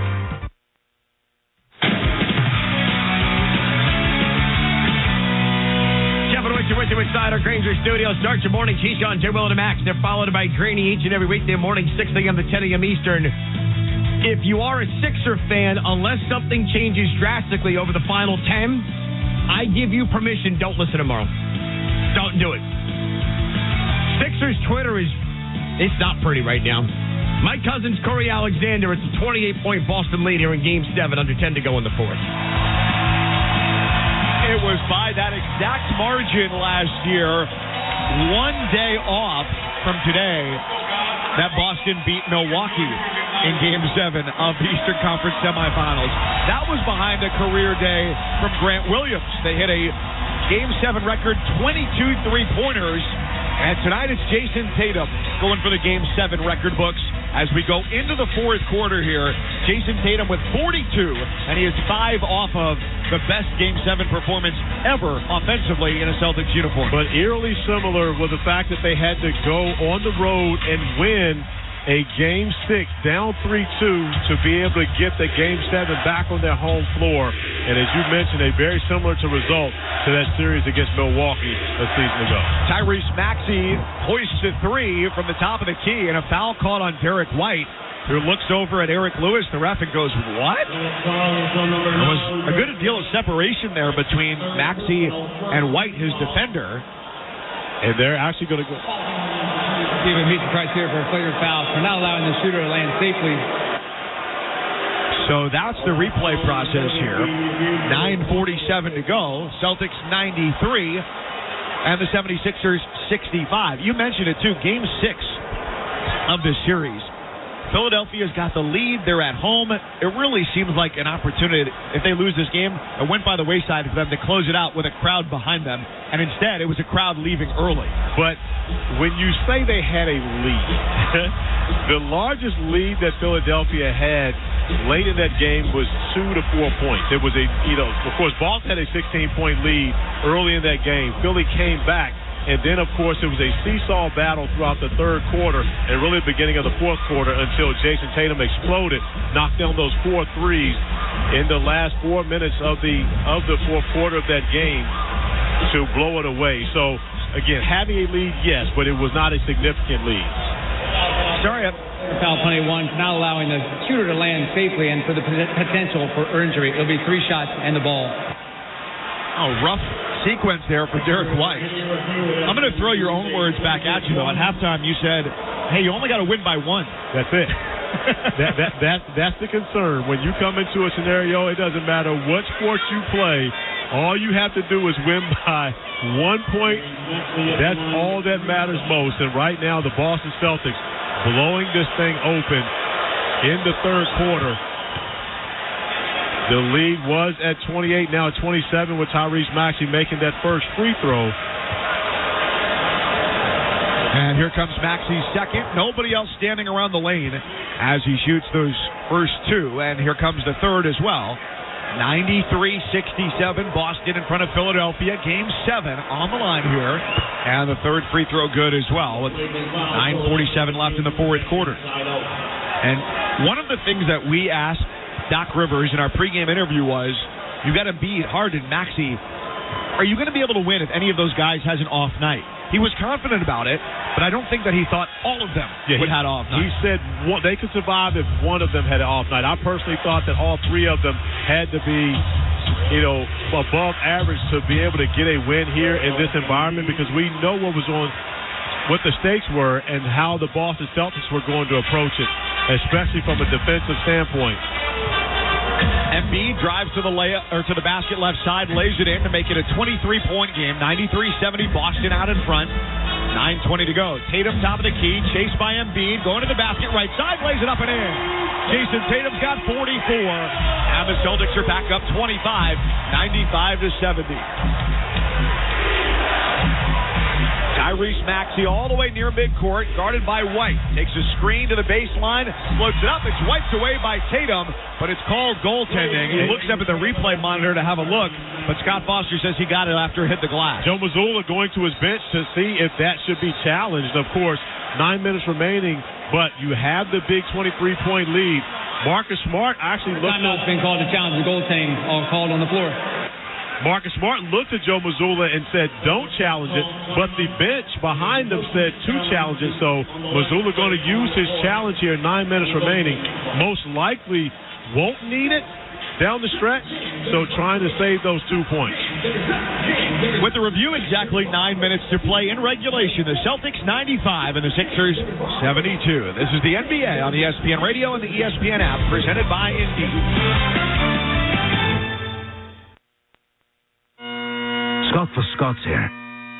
You ever want to grow new grass faster? Kind of like when you press the 2-times playback button on your podcast so you can speed through episodes. Except at Scott's Turf with a rapid grass, you're speeding your way from a thin and damaged lawn to a thicker, stronger one in just weeks. Bit too fast, maybe slow it down. Okay, let's just go back to normal speed.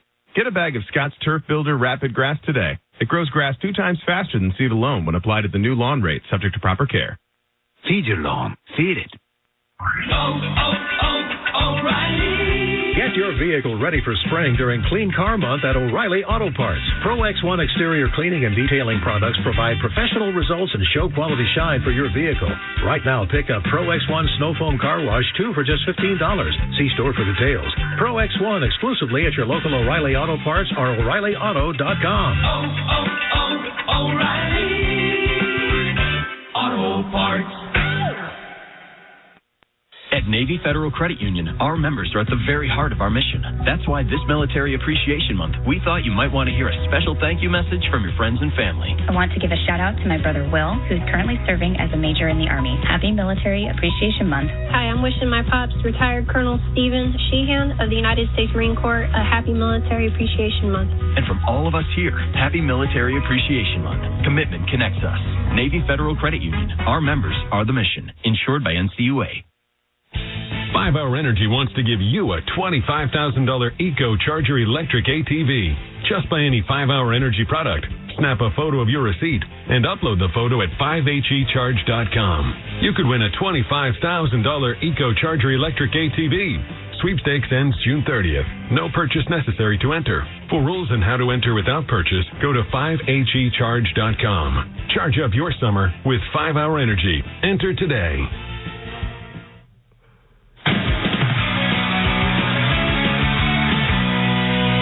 With you inside our Granger studio. I want to thank all of you who logged on to our Twitter account at NBA on ESPN Radio to vote in the AutoZone in the Zone poll question. 33% of you said Joel Embiid would be the player to get in the zone tonight.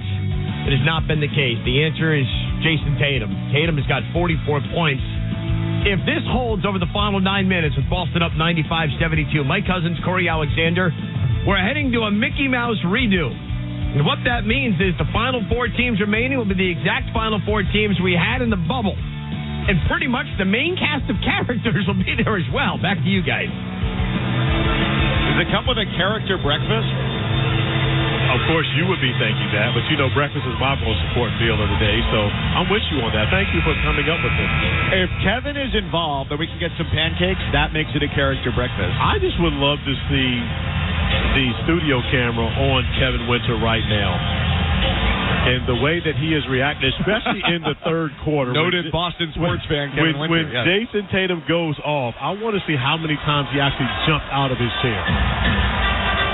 So we're back underway. The challenge by Joe Mazzulla, the Boston head coach, was unsuccessful. Wanted to challenge goaltending against Tatum. Tatum goes the other way, gets the lay-in right out of the timeout. 46 points. His next field goal will give him the most points by a Celtics player ever in a Game 7. Embiid from the top of the key, dribbling to his right.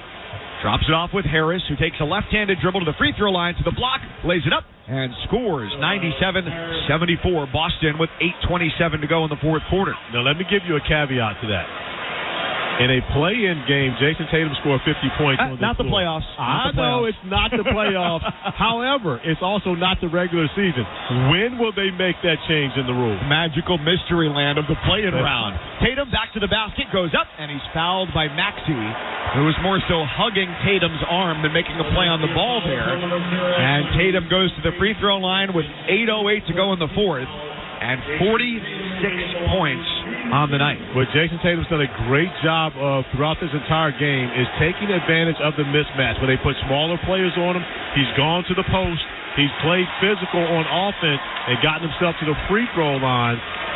By the way, he just made a free throw to tie the Boston Celtics record for most points scored in a Game 7. 1963, Sam Jones had 47. Tatum has 47, and with his free throw, he has 48, the most by a Celtics player ever in a Game 7, and still 8 minutes to go. Although the way this is going, he may not be on the floor for far too many of them. 99-74 Boston. Embiid, right wing, into a dribble handoff to Harden. Picks up his dribble at the top of the key. Chest pass left to Tobias Harris. 5 to shoot. Harris to the free throw line. Right block fadeaway jumper is good. Tobias Harris makes it 99-76. And I'm not sure that this will be a game that Joe Mazzulla nor Doc Rivers goes to their bench to clean up at least until under 6 minutes remaining in this game, and that may be a bit much. Of course, with it being a Game 7, there's nothing to save your players for. Right. Tatum in the right side corner, guarded by Embiid. A three is good. Jason Tatum holds up side with the right and a fist with the left. He's got 51 points. Yeah, he needs to put up one finger with the other side. He was one off as he and Embiid get mixed up under the basket right now. We will forgive the mathematical mistake from Jason Tatum. No, I won't. I'm not forgiving. I'm having a conversation with him after this. You got 51, young fella. Don't put it up. And let me tell you this. Former Boston Celtic. You may not remember him as that. Rasheed Wallace texted me earlier and said he's getting 54 in this game. Well, Sheed might have sold him short. 3 missed from Harris in the left angle. Rebounded by Embiid. Whips it back up top for Harris, who misses another 3. Horford grabs his 8th rebound of the night. And here come the Celtics on the move. Brown looking to pass underneath to Horford. It's tipped away, stolen by Maxey. 6:50 to go, 102-76. Hard foul or contact to Melton, whose layup is no good. He goes to the deck. Tatum, top of the key, front court left. To the right for Brogdon, a 3. Swirls around and out. Embiid crouches as he brings down the rebound. 102-76 Boston here in Game 7. 6:30 to play. Crowd, many on their feet. Embiid, right wing, a 3 over Horford. Short, wide to the left. Tatum's got the board. He flicks his wrist with a bounce pass up the right sideline for Brogdon, who takes over at the point here. Quick chest pass left for Brown. And Joe Mazzulla looking to spread the offense out, brings his arms out wide. Dumped down to Brogdon at the free throw line, gives it back to Brown, who soars. Out for Tatum, another 3. No good. Offensive board. Brogdon straight on. Now inside 6 minutes to go. 10 on the shot clock. Brogdon drives to the left side, up with the right, and scores as he blows by Maxey. 104-76 Boston. And lead back to 28 points for the Boston Celtics. And I'm expecting to see the white flag being waved as Marcus Smart comes up with a huge block. Once again, denying D'Anthony Melton has not stopped playing at all. Swatted him from behind. Near side corner, Jaylen Brown has the ball, puts it on the deck, 10 to shoot. And it's knocked away by Melton. On out of bounds, last touch by Brown is what the officials say. 5:25 fourth quarter. 104-76 Celtics. Harden at the high left angle, works against Horford. Drops off left block. And Tobias Harris goes up for an uncontested finish to make it 104-78. Tatum coming up the floor. So the most intriguing part of these final 5 minutes, Tatum watch. 51 points. 6 of 10 from 3, shooting 17 of 28. He gives to Marcus Smart at the right elbow. Bounce feed to Brown, who goes up for a huge right-handed jam. Missed it, but a foul is called underneath the basket on Philadelphia's Tobias Harris. And that foul would not have been called if Jaylen Brown finishes that dunk. But because he misses it and is unable to get to the full height of his jump, it is actually called a foul oftentimes. As the scoreboard shows that Jason Tatum, with his 51 points today, has now scored an NBA Game 7 record. Not just a Boston Celtics record, but the entire NBA in the history of this game, the most points ever scored in a Game 7. This is the 77th season of the NBA. Today is the 147th Game 7 in the history of the association, and no one has scored more points in a Game 7 than 24-year-old Jason Tatum with 51 here this afternoon. And when you ever think about playoff records, of course, LeBron James holds a lot of overall records, but you go back to the greatest player to ever play the game, Michael Jordan, who never played in a Game 7, by the way. And he didn't have to. Exactly. Philadelphia with another missed shot and empty offensive possession, 4:35 to go. So the question now is, as Boston starts to think about their series with Miami, when do the starters come out of the game? I believe the next dead ball, the timeout, will be the end for Jason Tatum, Jaylen Brown, Al Horford, Marcus Smart, and Malcolm Brogdon. I don't think these guys will come back out onto the floor. Brogdon a missed layup. Maxey misses a Philadelphia 3. It's 106-78, 4:10 to go. A slow walk from right to left for Jaylen Brown across midcourt. Crowd rising as one, a sellout of 19,156 here on this Sunday afternoon in Boston, Massachusetts. Brown against Harden. 4 on the shot clock. Brown with a long pull-up. Why not? That's just the type of day it's been. It's 108-78. Timeout. 30-point lead is the largest of the day. History tonight here in Boston. 51 from Jason Tatum.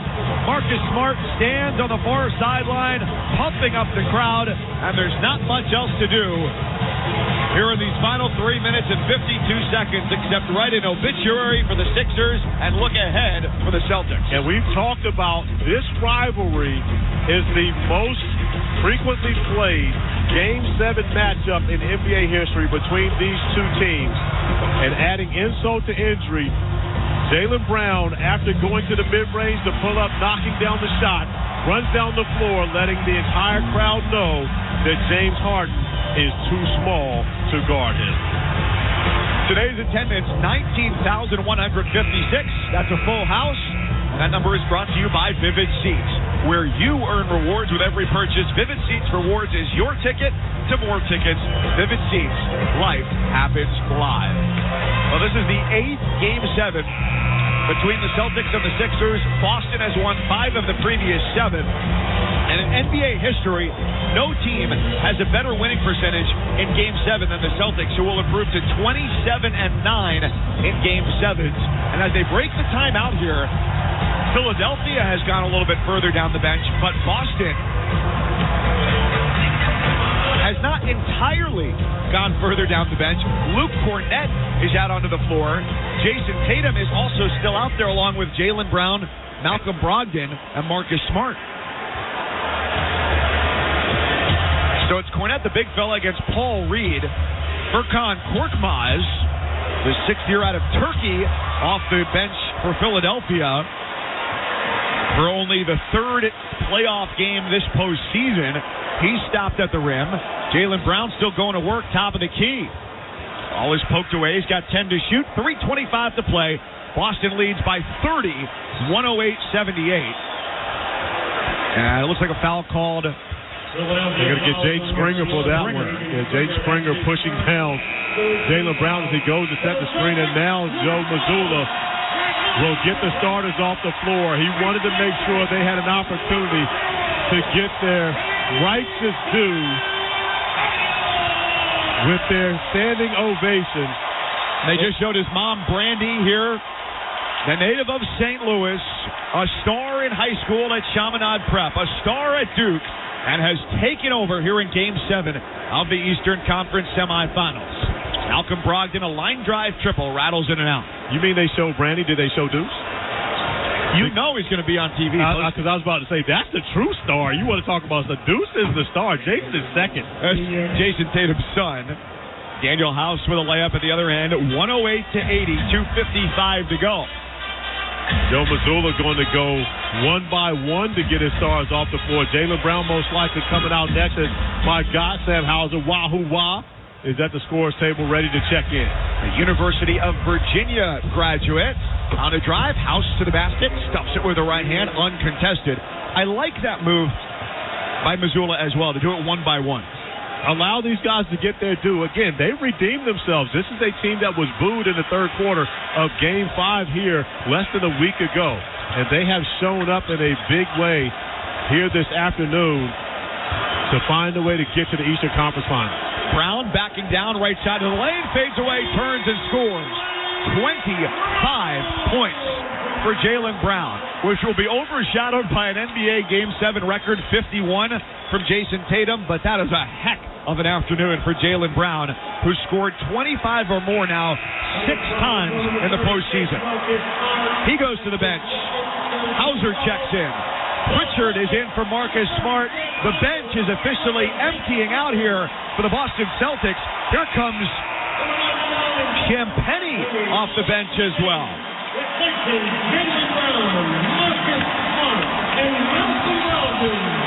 With 2:04 to go.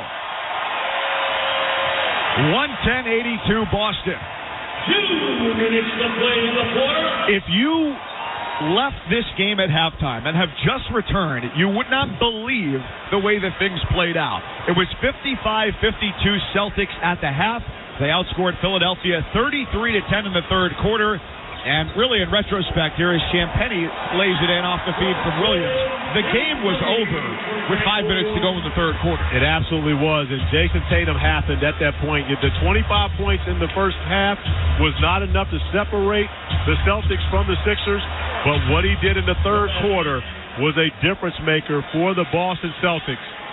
And again, you go back to really 7 quarters ago, Jason Tatum struggled to get a field goal in the first quarter and even in the first half of Game 6. Didn't make his first field goal until the third quarter of Game 6. Erupted in the fourth quarter, and that confidence, of course, came right back. And here we see what he was able to do today. Paul Reed at the line hits the first free throw. We now pause 10 seconds for station identification. This is the NBA on ESPN Radio and the ESPN app, presented by Indeed. Bart Scott and Alan Hahn. Two New York guys doing a New York show. Weekdays at noon. WEPN FM, New York. A pleasure to have you with us this Sunday, Game 7 in Boston. Mike Cousins, Corey Alexander. A minute 19 to go as the Celtics lead 112-84. And the crowd chanting, hey, hey, goodbye to the Philadelphia 76ers, the number 3 seed in the East. And we got a whistle with 1:07 to go. And a blocking foul called against Daniel House of Philadelphia. Well, you look at the box score for Philadelphia. Their leading scorer today, Tobias Harris with 19, then Tyrese Maxey with 17, then Joel Embiid with 15, and James Harden, 9 points. If you go back and revisit our keys from the beginning of this broadcast, it was simply that the Sixers had to have all 3 of their big 3 show up, and the Celtics had to make at least 15 threes. The Celtics are 15 of 30 from beyond the arc. Peyton Pritchard got pickpocketed as the shot clock expired. Springer goes the other way, dunks it. 112-86, just a couple possessions remain. 45 seconds left as Grant Williams, who did not play Thursday in Game 6, is onto the floor here. He will just dribble this thing until the shot clock hits 0. Joe Mazzulla's telling him to actually go ahead and play. Because, again, there will be another possession for the Celtics to dribble out the clock. And a funny moment in that last timeout as well. We got owners row off to our right here. New England Patriots owner Robert Kraft sitting just 2 seats down from one of the many owners of the Celtics who during the timeout was just chatting up Joe Mazzulla, your boss, coming over for a late-game pep talk. Absolutely. That's the way to do it, especially when you've got a 26-point lead with 15 seconds remaining. Shot clock is off. Springer above the right elbow. And the jumper is pure with 13.6 to go. 112-88. And the Celtics control for the final time at midcourt. Doc Rivers. Joe Mazzulla embracing a hug for Rivers. This is how year 24 as a head coach ends. And for Mazzulla, year number 1, a rocket ship ride continues all the way to the Eastern Conference Finals. The final score at TD Garden, the Boston Celtics 112 and the Philadelphia 76ers 88. And this is the part I love most. After a hard-fought series, so much physical basketball and tempers flaring, you get an opportunity to see both these competitive teams get together, give each other hugs, talk it up, and wish each other luck moving forward. But we've seen some special performances throughout this playoffs. Maybe none more spectacular than the 51-point Game 7 record, which was only about 2 weeks old because Steph Curry just broke the record against the Sacramento Kings in the first-round series for the Golden State Warriors. So Jason Tatum one-upping Steph Curry here this evening. Momentarily, we're going to be joined by Jaylen Brown of Boston, who finished with a phenomenal 25 points to go along with 6 rebounds, a couple assists. We mentioned on the Philadelphia side when Maxey has a huge three-pointing shooting game, that's when Philadelphia has won. Jaylen Brown has been a harbinger of success as well for Boston.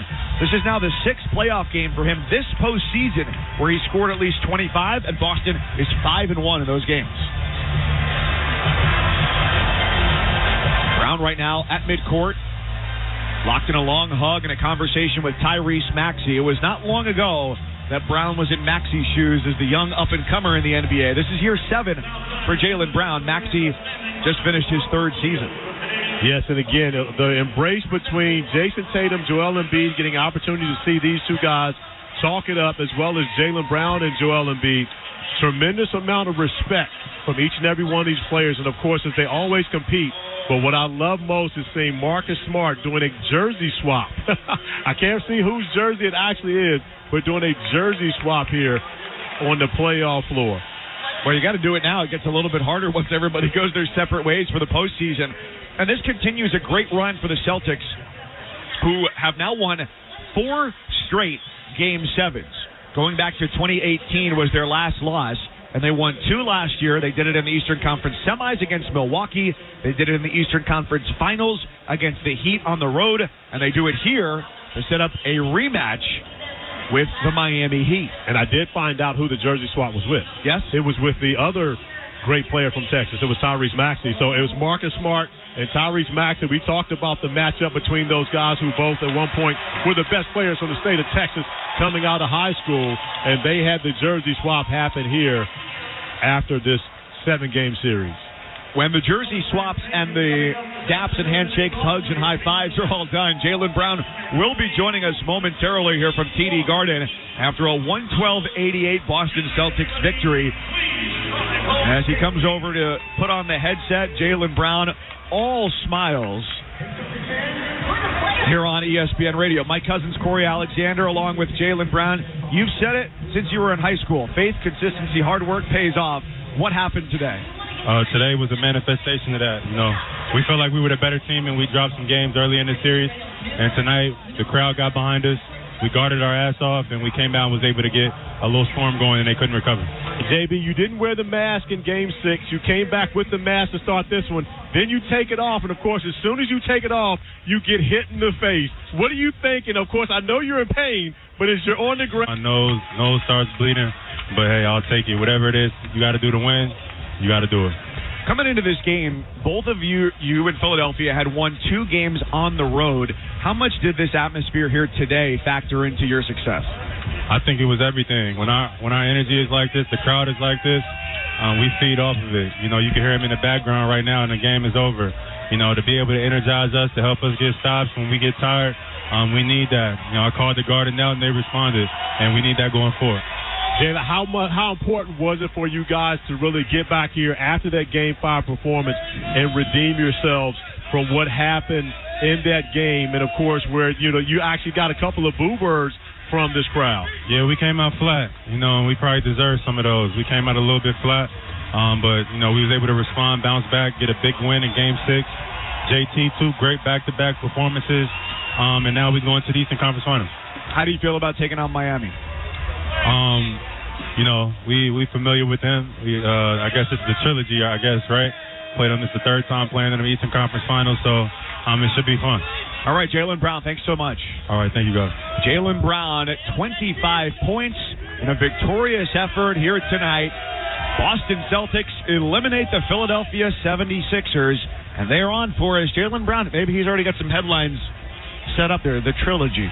You know what? I love it. But he's a very intelligent young man. He's already been thinking about this. And, of course, he's already titled it the trilogy. And you think back to the bubble where these two teams went at it in the Eastern Conference Finals, then last season. So now, like you said, the trilogy to see who gets an opportunity to represent the East in the NBA Finals. Now, speaking of threes, they hit 15 of them today and route to a 112-88 win. Jason Tatum, a Game 7 record, 51 points. For Corey Alexander, our producer Mike Martino, our engineer Paul Schrager, I'm Mike Cousins saying so long from Boston. We're going to have to go get our hearing checked after this one. Loud here today at TD Garden. Let's send it to Kevin Winter in the studio with a postgame show. Gentlemen, a great job. We will have a bubble conference final rematch in each conference. Lakers-Nuggets, Game 1, Tuesday night. It'll be on ESPN Radio. ESPN Television has every game of the West. Game 1 in the East will be back at TD Garden. It will be right here on ESPN Radio Wednesday night, 8 p.m. Eastern Time for both games, for both series. Reminder, ESPN Radio is your home from here on out. Every single game of the conference finals and NBA finals heard exclusively on ESPN Radio. The NBA on ESPN Radio has been presented by Indeed. Need to hire? You need Indeed.com/credit. Kevin Winter with you inside our studio. Your final score tonight in Game 7, Boston wins 112-88. The difference in the game of 33-10, third quarter. Jason Tatum was otherworldly, a Game 7 record, 51 points, but also there's one play that changed the momentum. We'll give that to you next and run through some of Tatum's highlights. We'll let you hear from Jason Tatum. We'll also take most of you to coverage of Sunday Night Baseball, which is also in Boston. It's the Cardinals and the Boston Red Sox. Boston advances with the 112-88. They win Game 7.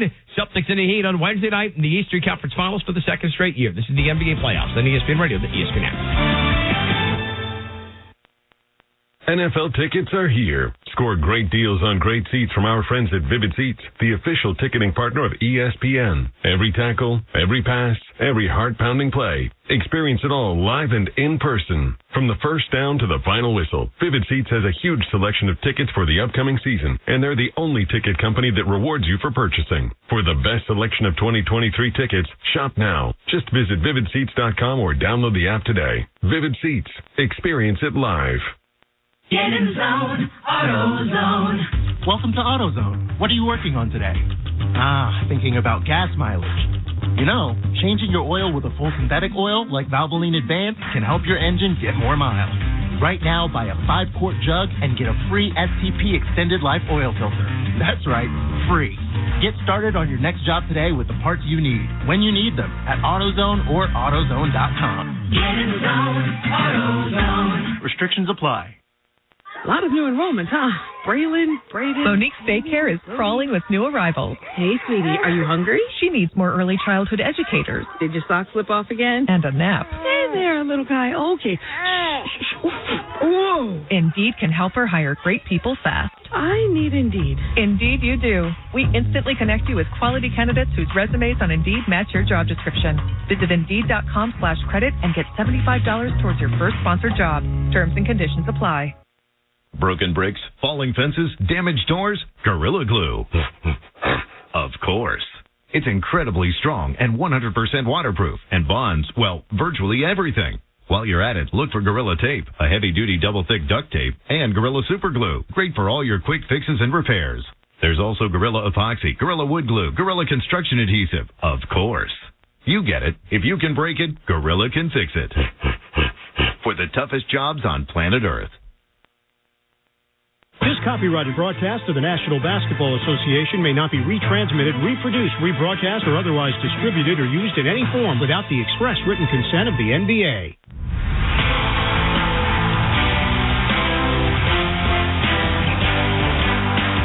This is the NBA on ESPN Radio and on the ESPN app. Kevin Witcher with you inside our Granger studio. Here comes Harden from right to left. The Sixers in the lead by 8.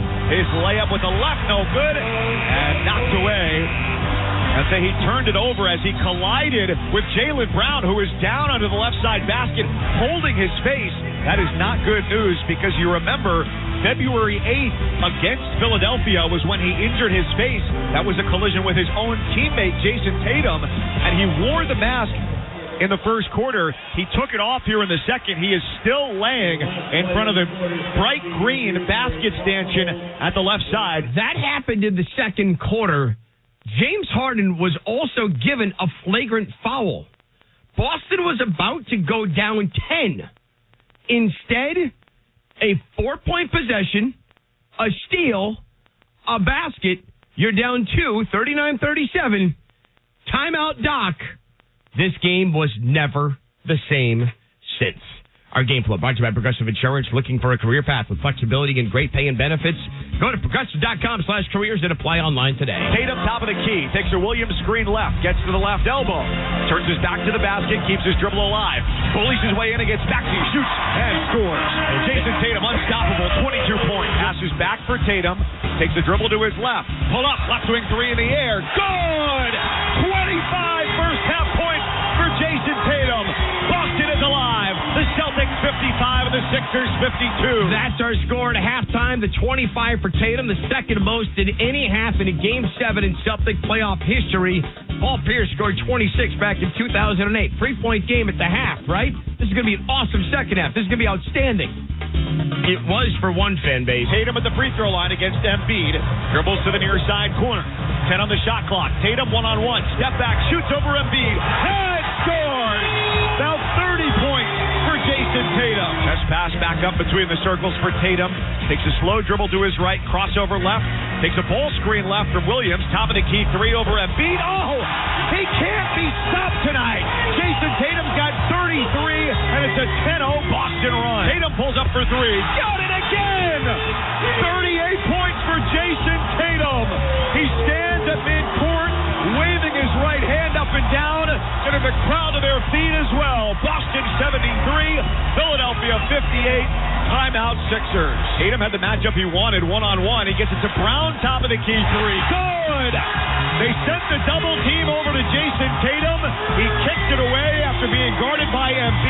This time, Jaylen Brown makes Philadelphia pay. Tatum straight on triple. He got it again!